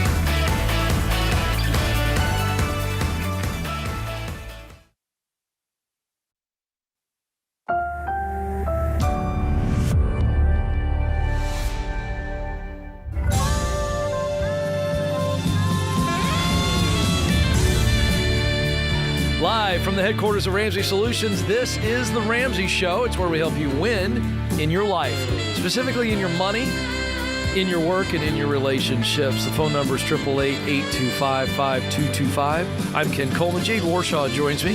888-825-5225 is the number. We'd love to coach you up. Merry Christmas, everybody. Let's get to it this hour. Chris is joining us in South Dakota. Chris, how can we help? How's it going, guys? We're having a blast, man. What's going on with you? Awesome. Well, earlier this week, my wife and I paid off the rest of our debt. Hey, come on. All right, let's celebrate. How much? In total, let's see here, it was $40 for my pickup, another 28 for her car, and a few odds and ends along the way. So I'd say 70,000. Hey, Paid off in about 3 years. Way to go, Chris. Wow. How's that feel? Feels really good. Man, your debt-free Christmas. That's going to be a special day, isn't it? Yeah, that's what we told each other we were going to do for our Christmas gifts to each other this year. Is we're just going to pay up, pick up, and we'll call it a wash. Oh, man, that's great. That's awesome. Congrats. What can we do for you today? So I don't know the baby steps as well as I should. However, my predicament now is that we're debt free. The house is paid off as well. I want to start farming. That's always been my goal, but it's very expensive to start farming. Mm-hmm. So, do I invest my money into my retirement, or do I just start saving up little by little and put down on some acres? You can do both. Biggest question. You can do both. Congrats, number one, on having no home payment. You left out that little nugget of wonderful information. Assuming, let me kind of pull us back a little bit. So you have no consumer debt. You have no home debt. Do you have any other money saved besides retirement, So like a emergency fund? We've got the $85,000 in the bank. $85,000 in the bank. So that's I'm assuming well beyond 3 to 6 months of expenses. How much do you earn every year? Myself is about $100,000, and my wife is about another $40,000 to $45,000. Okay, so you guys are $145,000 a year. You got $85,000 in the bank. So let's really look at this. Is there a way, if you had to say three months of expenses, basic expenses, what is that for you?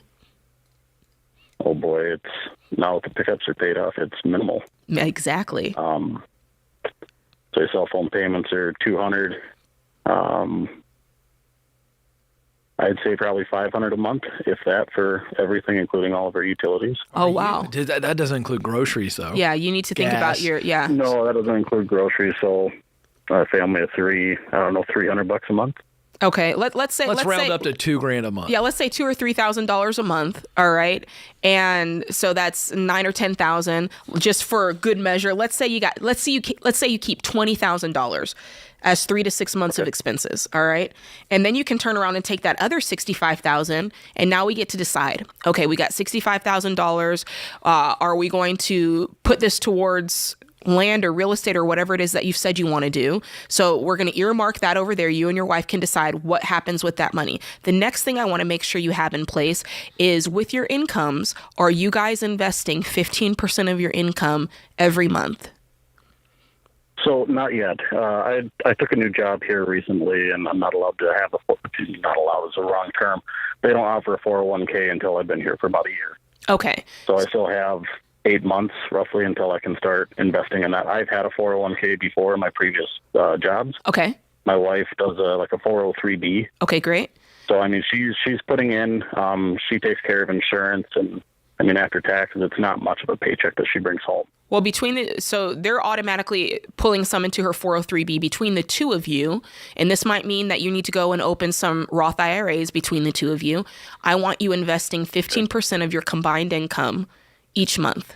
So that's when you walk away from here, that's the answer to the one question of, hey, do we need to start putting towards retirement? The answer is yes. And the answer is that 15% of you guys' income each month. So whether it's going into her 403b, I'd rather you guys start with the Roth IRAs and do those first. And then if you were able to max those out and there's still money left, then, move it on to her 403b. And then by then, if you still have money left over, you've got your 401k that's opening up. So that's kind of the order of business that I would do that. And then again, you've got this $65,000 there that you can say, okay, with any extra income and money that we have, we can add to that, and we can start piling up cash in order to make your next real estate or land purchase. Is that fun? It does. However, the way I've been thinking about it is buying land at, let's say, $7,000 to $10,000 an acre here. That's my next career goal. I want to be a farmer. Mm-hmm. But how to pencil it out with the interest rates right now at the bank, trying to buy loans and try to get land, it just doesn't pencil out. That's Yeah. why I was wondering if instead of doing the 15% for my retirement, I mean, land would be a retirement option as well. If I ever had to sell it or if I rent it out, that would bring a good living as well. It would, So do but I it put is. the 15% for that. It towards is, but the you land? want that portfolio to be balanced. You don't want it all in real estate, just like, do you see what I'm saying? You do want to have a nest egg that you know you can get to cash. We're not waiting for a buyer. We're not waiting for, like, you're drawing money off of that monthly. And so that is really important for you to have, because there is going to be a time where you're not working and you want this money coming in. You don't want to just depend on Social Security. That's right. So it is important to have a nest egg in investment accounts. And Chris, listen, you know this far better than I, but I read enough about America's farmers and the business itself. It's a very tough business and has a tremendous amount of risk involved. And so you don't want to take the 15%, which is baby step 4, and say, well, I'm going to put it into the land. That's a highly speculative business. You would agree with that statement? I would. Yeah. Yep. So let's real quick. We only got about a minute and a half. I just want to get some quick numbers. What kind of acreage would you like if you had the money now? What size? How many acres are you looking for? I'd love to have 1,000 acres. Yeah. So I know that's going to take a lifetime of working to get up to that. Yeah, but what kind of farming do you want to do? Just corn and soybeans. So all right. So what's the minimal amount of acreage that you need to be able to test this idea? So testing, I was just going to try to buy 40 acres just to start, and I'd have my full-time job. And then, gradually, after I've got the 40 acres paid off, I want to buy that up front so I don't have to, go to a bank. So and then I like use this that revenue idea. to keep buying more land. All right, so now we've got a number in our mind, right? At $7,000 an acre, that's $280,000, right? Yep. Okay.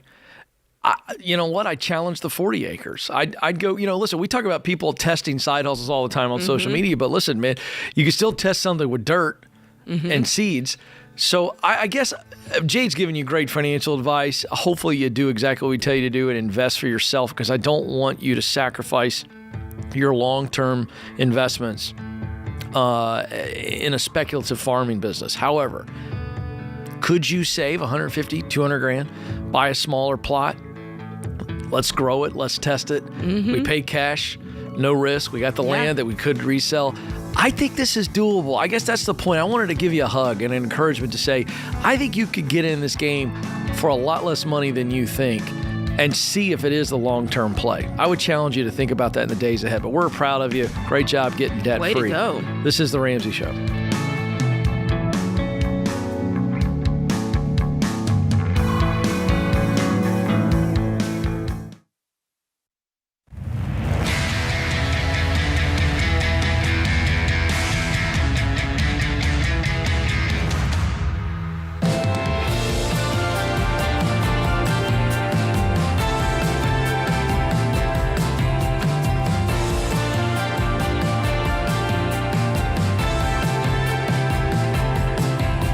Welcome back to The Ramsey Show. I'm Ken Coleman. Jade Warshaw joins me. Merry Christmas, America. Thrilled that you were with us. We're here to help you win in your life, your money, your work, and in your relationships. 888-825-5225 is the phone number. Let's go to Megan, who joins us now in Jacksonville. Megan, how can we help? Hi, I'm a brand new follower, and over just this past week have listened to the Total Money Makeover audiobook twice. Wow. My husband and I have just begun applying his principles to get out of debt and change our financial future. Cool. And after reducing our emergency fund and liquidating our assets, we'll have about $14,000 to dump into debt, paying off multiple creditors.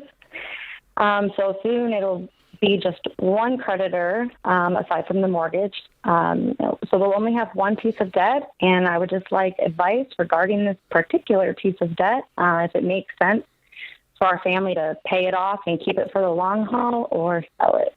What's the piece of debt? Is it a car?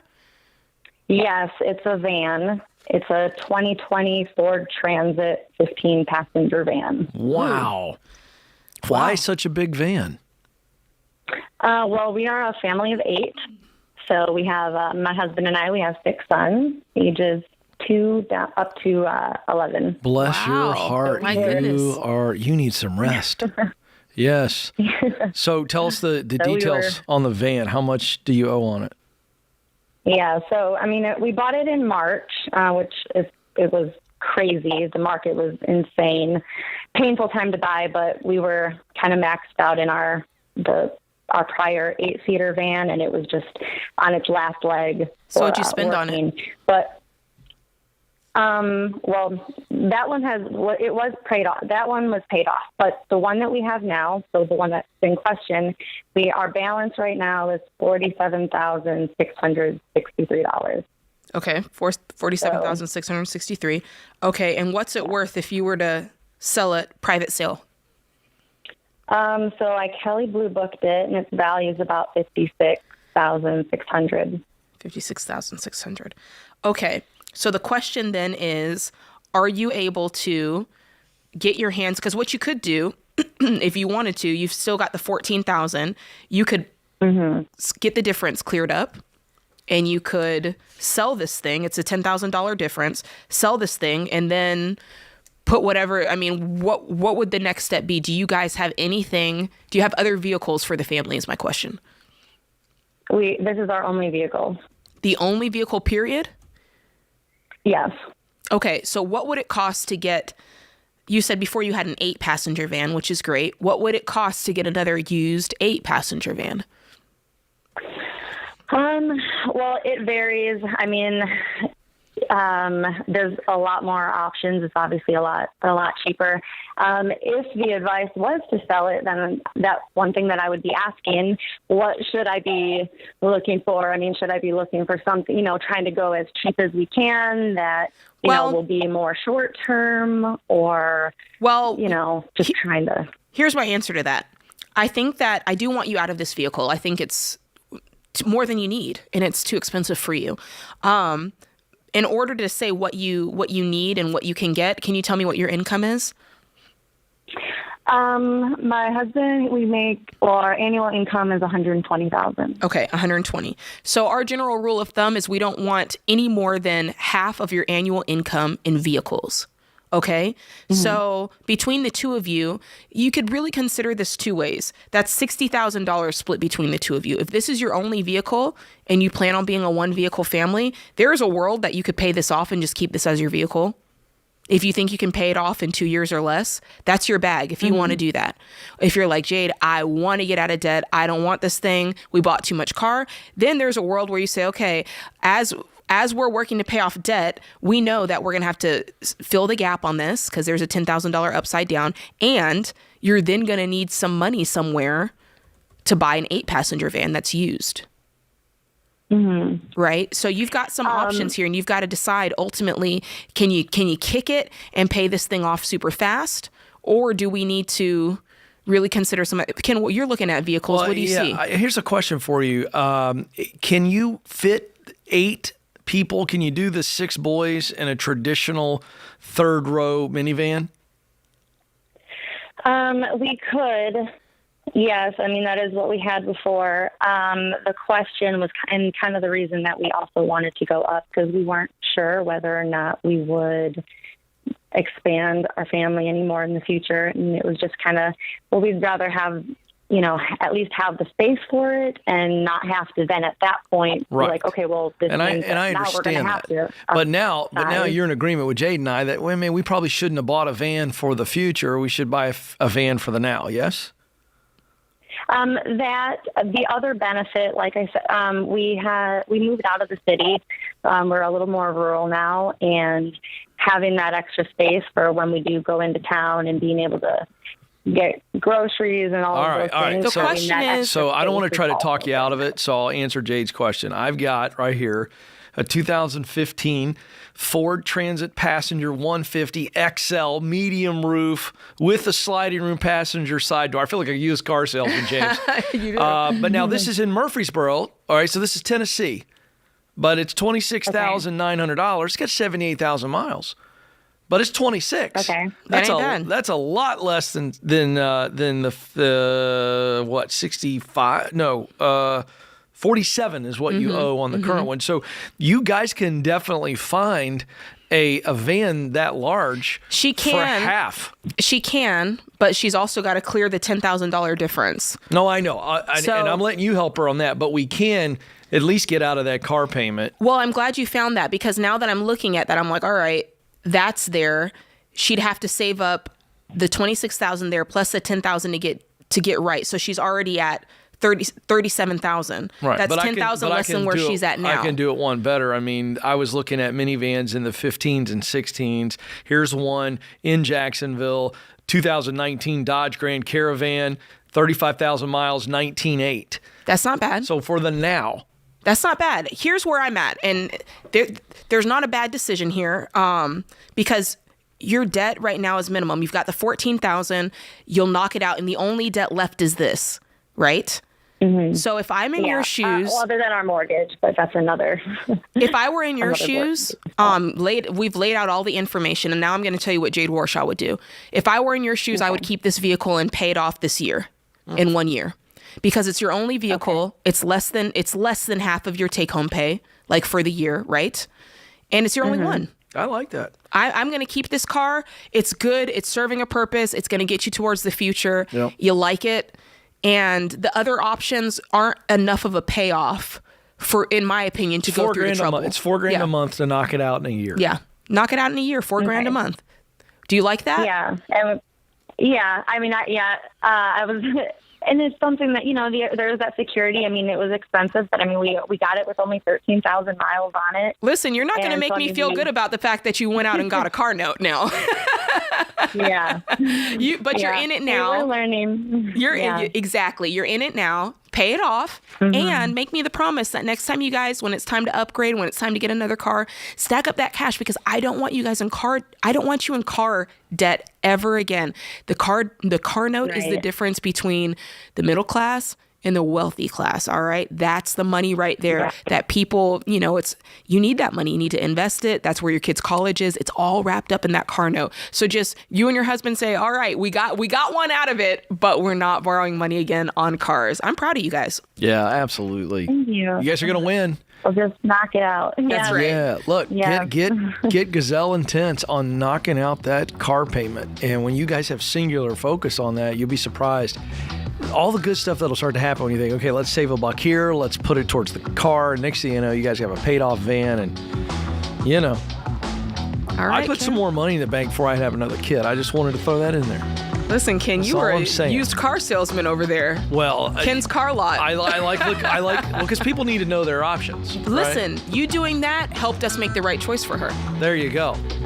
Hey, listen, money advice, used car advice, whatever you need, we're here for you. This is The Ramsey Show.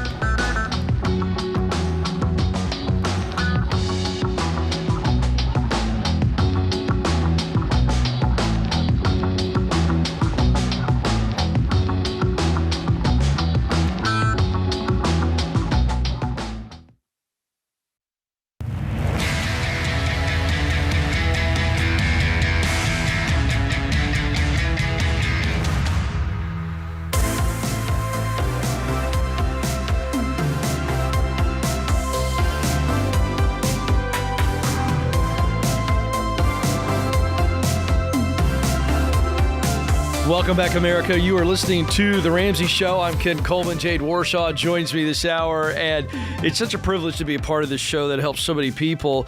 And I want to just kind of give you a snapshot of where we are as we wrap up 2023. We have done 242 live shows. We've talked to 3,200 plus callers. And we've done 184 debt-free screams. And get this, ready for this? I wish we had a ticker board for this. Totaling, thank you for the drum roll, Jade, $36,059,064. And don't forget the 47 cents. And so what an unbelievable year. And so we keep going on that total, Jade, because in the lobby of Ramsey Solutions, standing on the debt-free stage, are Donald and Letitia. Welcome. Hello. How's it going? Hello. And I assume you're here to do your debt-free scream. Is that correct? That's correct. Oh, boy. Let's go. Let's hear the story. All right. How much debt did you guys pay off?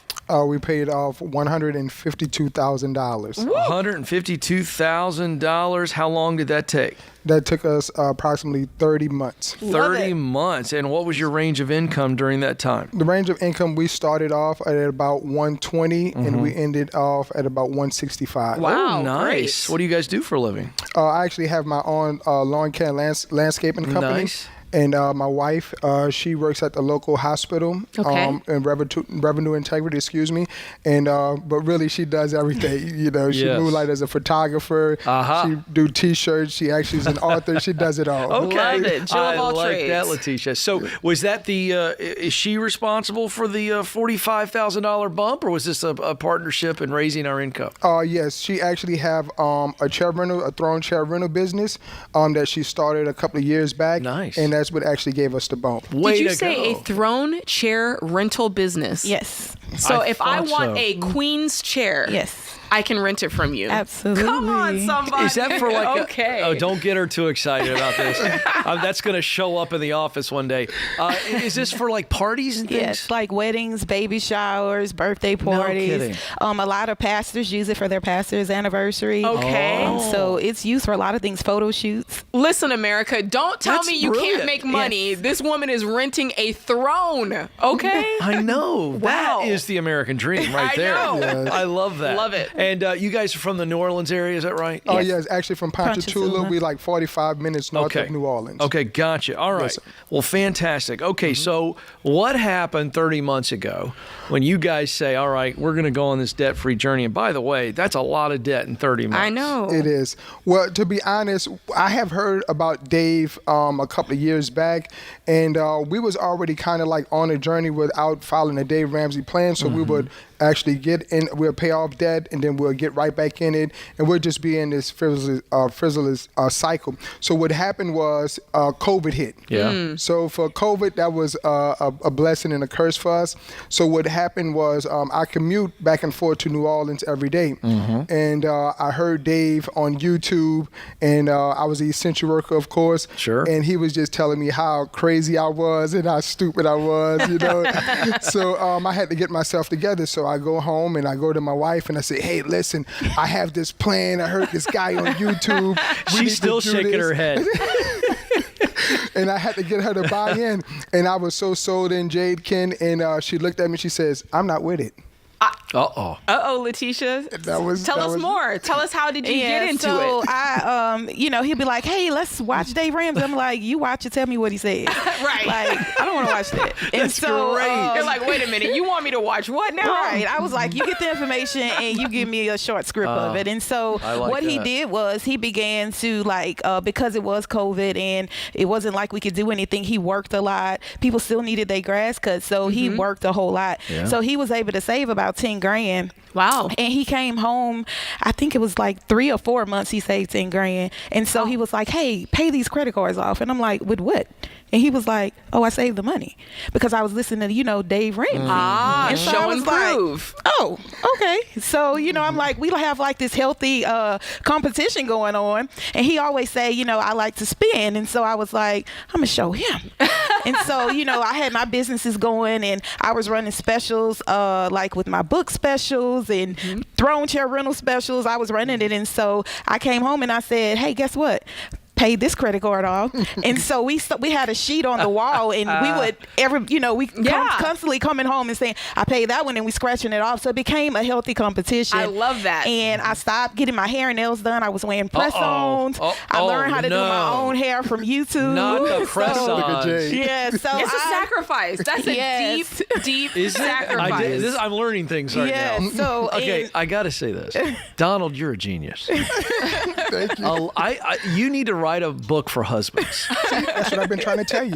I actually think you're a genius. I'm like, I can't. I try to force stuff. You just were like, all right, I'm just gonna save up some money and surprise her. Yeah. You're a genius, my man. You should write a book. Yes, sir. All right, fun stuff. What was the debt comprised of? Curious. The 152. Okay, so we had a van that we financed that was $12,000. Okay. My wife actually had a Nissan Pathfinder that was $14,000. We had $28,000 in credit cards. Wow. my wife had $38,000 in student loans. Oh wow! And Every kind. we actually paid off a home that was $60,000. Whoa! Oh, wait. Yeah. So we have a paid off home You have in a- this? We have a paid off home in this. Whoa! Is it your primary home? No. You can tell a Okay, story. so what happened was in the midst of before the pandemic happened, we were, like I say, already on a journey to pay off debt. So we acquired a mobile home that we say, hey, we'll make this rental property. And in the midst of renovating, I was like, why don't we just live here and rent out our house, and that's more money we can save. Interesting. And so we lived in the mobile home and renovated it. And so, that's what we did. We were on our journey. They paid rent, we made money, and we end up selling the home. Because the market is right. Sure. Wow. So we end up selling the home and made $28,000 in profit off of that home. Okay. So now you're still in the Airstream or whatever it is. You're still in the mobile. Yes. And you Yes, own right it now. free and clear. Yep, free and clear. Wow, y'all don't have a payment in the world. And the greatest blessing of it all as well is because of we live in Louisiana where it's a hurricane state. They have a program called Restore Louisiana. And so because we're in a mobile home and we did acquire some damages, Restore actually gave us a grant to get a brand new mobile home. No so way. we just was blessed with a brand new 2023 mobile home. Goodness gracious. Congratulations. Congratulations, So guys. we are really doing great. You are. Y'all are floating. Yeah. Yes. And I got to point out, your nails look fabulous. Thank you. Yeah, absolutely. I Fantastic. did get these done. All right, so we've only got a couple minutes. Real quick, tell people what you believe the key is to getting out of debt. It's discipline. It's knowing that you are worth it, that you are worth being debt free and not having to struggle and stress about bills. The relief it is to be able to travel and take a trip without using a credit card is such an overwhelming feeling. Like it's just like, wow, I never believed that we could really be debt free, because you always hear people say you're gonna always have debt, but to be able to go through the steps, the sacrifice, being talked about, laughed at, like y'all really left y'all house to live in a mobile home. It's so rewarding because guess what? We could do whatever we want now. We're able to give substantially. We're able to be a blessing, and God is constantly pouring out his blessings to us because we decided to sacrifice a little so that we can live like no one else. Wow, I tell you She's what, preaching. I'm ready to do an altar call. I know, man. And take an offering. I mean, I'm going to do it all. Letitia, that's the final word. Yes. Because that is so powerful. And you guys are on your way to being Baby Steps Millionaires. Yes. So we want to bless you with a copy of that book, Dave's latest book, Baby Steps Millionaires, because that's the next chapter in your amazing story. Yes. From mobile home to millionaires. That's Thank it. you. That's your Thank slogan. you. I That's dig it. that. And then we're also going to give you a copy of Dave's book, Total Money Makeover, to gift to somebody else, because you guys have modeled the way, and we know you're going to continue to bless people Yes, sir. by modeling the way. Yes. So Sir. thank you guys. Thank you. Okay, you got your son with you, Yes. so let's get Yes. him up there real quick. Kelshawn. This is Kelshawn. How old is Yep. he? 17. 17. All right, here we go. We've got Donald, Letitia, Kelshawn. They paid off $152,000 in 30 months, making $120,000 to $165,000. Take it away. Let's hear your debt-free scream. Y'all ready? On three. 3, 2, 1. We're debt free! Yes, they are. Fantastic. I love that story. I mean, I got goosebumps. Listen, I'm ready to shout. That's all I'm saying, kid. All right, let's go do it. Let's go high five and shout with that fabulous family. Hey, they did it. You can do it as well. We'll be right back. This is The Ramsey Show.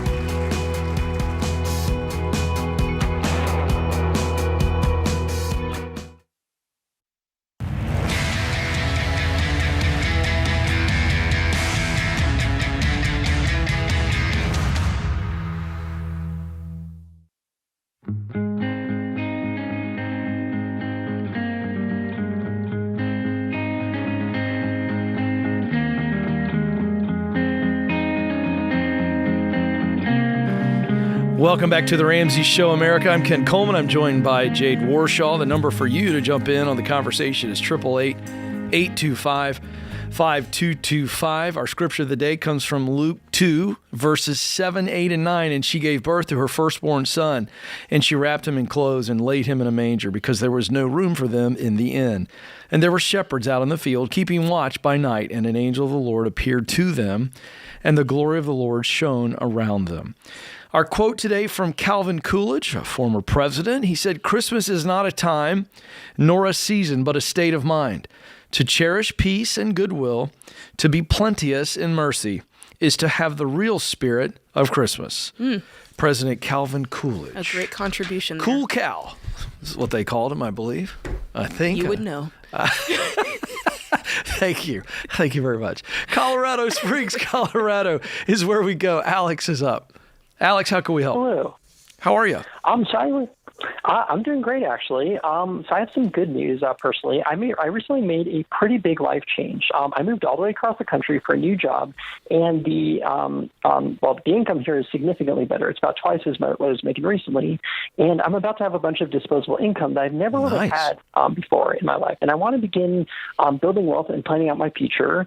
The only issue is I still have some debt, but I also want to do some investing. So I was just wondering, how would you recommend going about that? Winning. Listen, I'm excited for you. You got double the income. Thank you. You've got options now. So how much debt do you have laying around? So I have $9,500 in student loans. Okay. And that's it. Oh, that's it? Okay, great. All right. And what's your income? What's this doubled salary look like?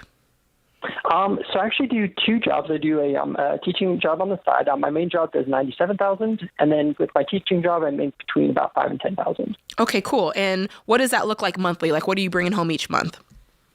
About $8,500. Okay. That's pre-tax. After tax, it's going to be around $6,000. Oh, around $6,000, you said? Mm-hmm. Okay.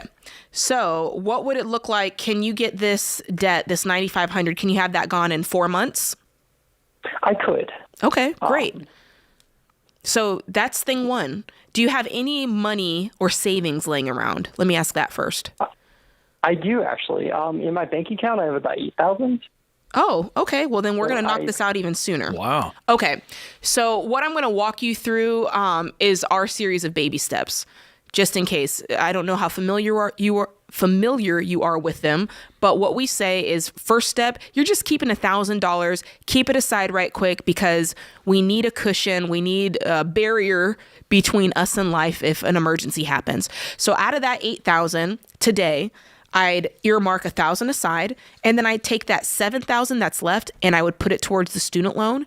And if you can scrounge together, I know it's the end of the month, so this might be in January. If you can scrounge together that other $2,000, knock it out and it's gone. Okay. And then, go ahead. You go ahead. So another thing I was wondering, though, is that I was hoping to invest in an IRA. I was hoping to begin that. We're getting to it. I have a 401k going. I have about $15,000. But the IRA, I know that there are annual contribution limits, and I was wondering, is it too late this year to hit that? No, it's not. Begin opening up an so account. I'm going to get to that, but I want to make sure you understand it within our framework. Okay, because there's method to madness. Everybody wants to build wealth and everybody wants to do that, but if you don't do it in the right way, you end up taking steps backwards, and we hate to see that. So it's super duper important that you walk through it with some method, okay? Because if you don't have 3 to 6 months saved, what happens is that money that you saved in a 401k or an IRA, that becomes your emergency fund, and then when it rains, you have to pull from it prematurely, and you get hit with penalties and fees, and it messes up your rhythm of investing, and I really don't want that for you. Fair enough? Okay. Yes. Okay. So you've paid off the student loan in January. By February, I want your main focus to not be investing. I want your main focus to be stacking up 3 to 6 months of savings, and I want that money liquid. I don't want you investing that money. Okay? Because if you were to lose your job, if something were to happen, you fall on hard times, you need that money there because I don't want you going into debt to cover an emergency. Okay? So February starts, you're piling up 3 to 6 months of expenses, basic expenses, okay? This is not like your full-blown budget. And for anybody listening, 3 to 6 months of expenses, that is not every item in your budget, okay? This is what it takes to keep your household running when we say basic expenses. So you're doing that, and then and only then are we talking about investing.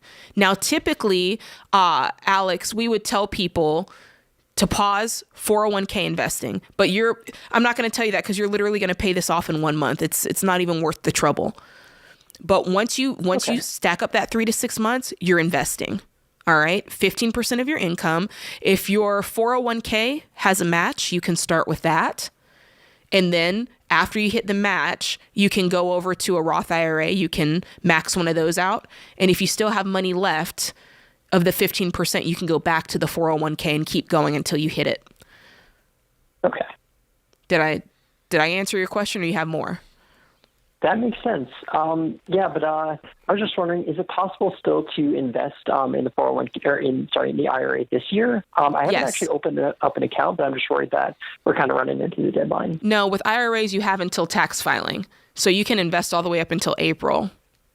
I see. Okay. At least last I checked. Did that change, Ken Coleman? Last I checked. Yeah, it's the wrong guy. I don't check those details much. Yeah, it's not the same as with your 401k. You've got time until tax I believe season. that's true because it's based on the 2023. That's right. So I think that's correct. But So yeah, keep going. I'm right about that. I just wanted to double check it, and Ken is right about that too. Okay. But yeah, I love this. I love it. I'm excited for you. You're on your way, young man. Congratulations. Listen, follow what Jade told you to do. If you do that, you're going to be really wealthy. And just be patient.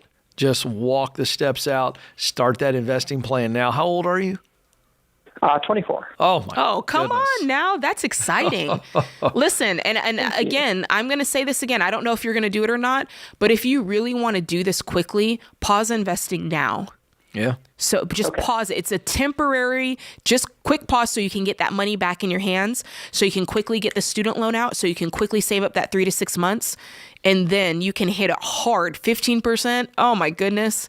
It's going to make your mind blown how quickly you recoup whatever little bit you lost off of that small pause. That's exactly right. It's all about momentum, Alex, and everybody else. I mean, that's the magic of the baby steps is it allows you to get emotional momentum, which then leads to financial momentum. Mm-hmm. And that's what's really great. Okay, so unbelievable here. I wanted to bring back perspective, Jade, for you as we wrap up the show today. 36 million plus of our listeners and viewers paying off debt. It is doable. And I've got to do this because she's my friend, but this is really good. You see that? Look, I got to tilt it the right way. Look at that. Money's Not a Math Problem. This is her new book. Comes out when? It's technically out now. Oh, it is? It's on the street. Okay. It's on I know the it in the streets. pre-sale. So you can get it now. Amazon, wherever books are sold. Yes. If you buy it on RamseySolutions.com, it'll ship immediately. If you go on Amazon, Barnes & Noble, Target, those sorts of things, it will not ship till January 2nd. So keep that in mind. Yeah. So here's what's great about it. Barely over 40 pages. Includes her amazing story. This is a woman who's walked the walk. She's talked the talk. The real reason you're broke and what to do about it. Money's not a math problem, and it's about behavior. And that's what I love about this title. And Jade has lived it. She and Sam paid almost $500,000 off in debt. And as we wrap today's show, I just was thinking the perspective here of all the calls we have had today, plus I could say this about every show, it really is about the title of your book. It is, I'm going to give you the final word on that. Wow. It is about behavior, yes? It is. Money's not a math problem. At the end of the day, you're not going to accomplish anything if you don't truly believe you can. And I always say, if behavior is the car, belief is in the driver's seat. Belief is what drives our behavior. Whether you believe you can or you can't, you're right.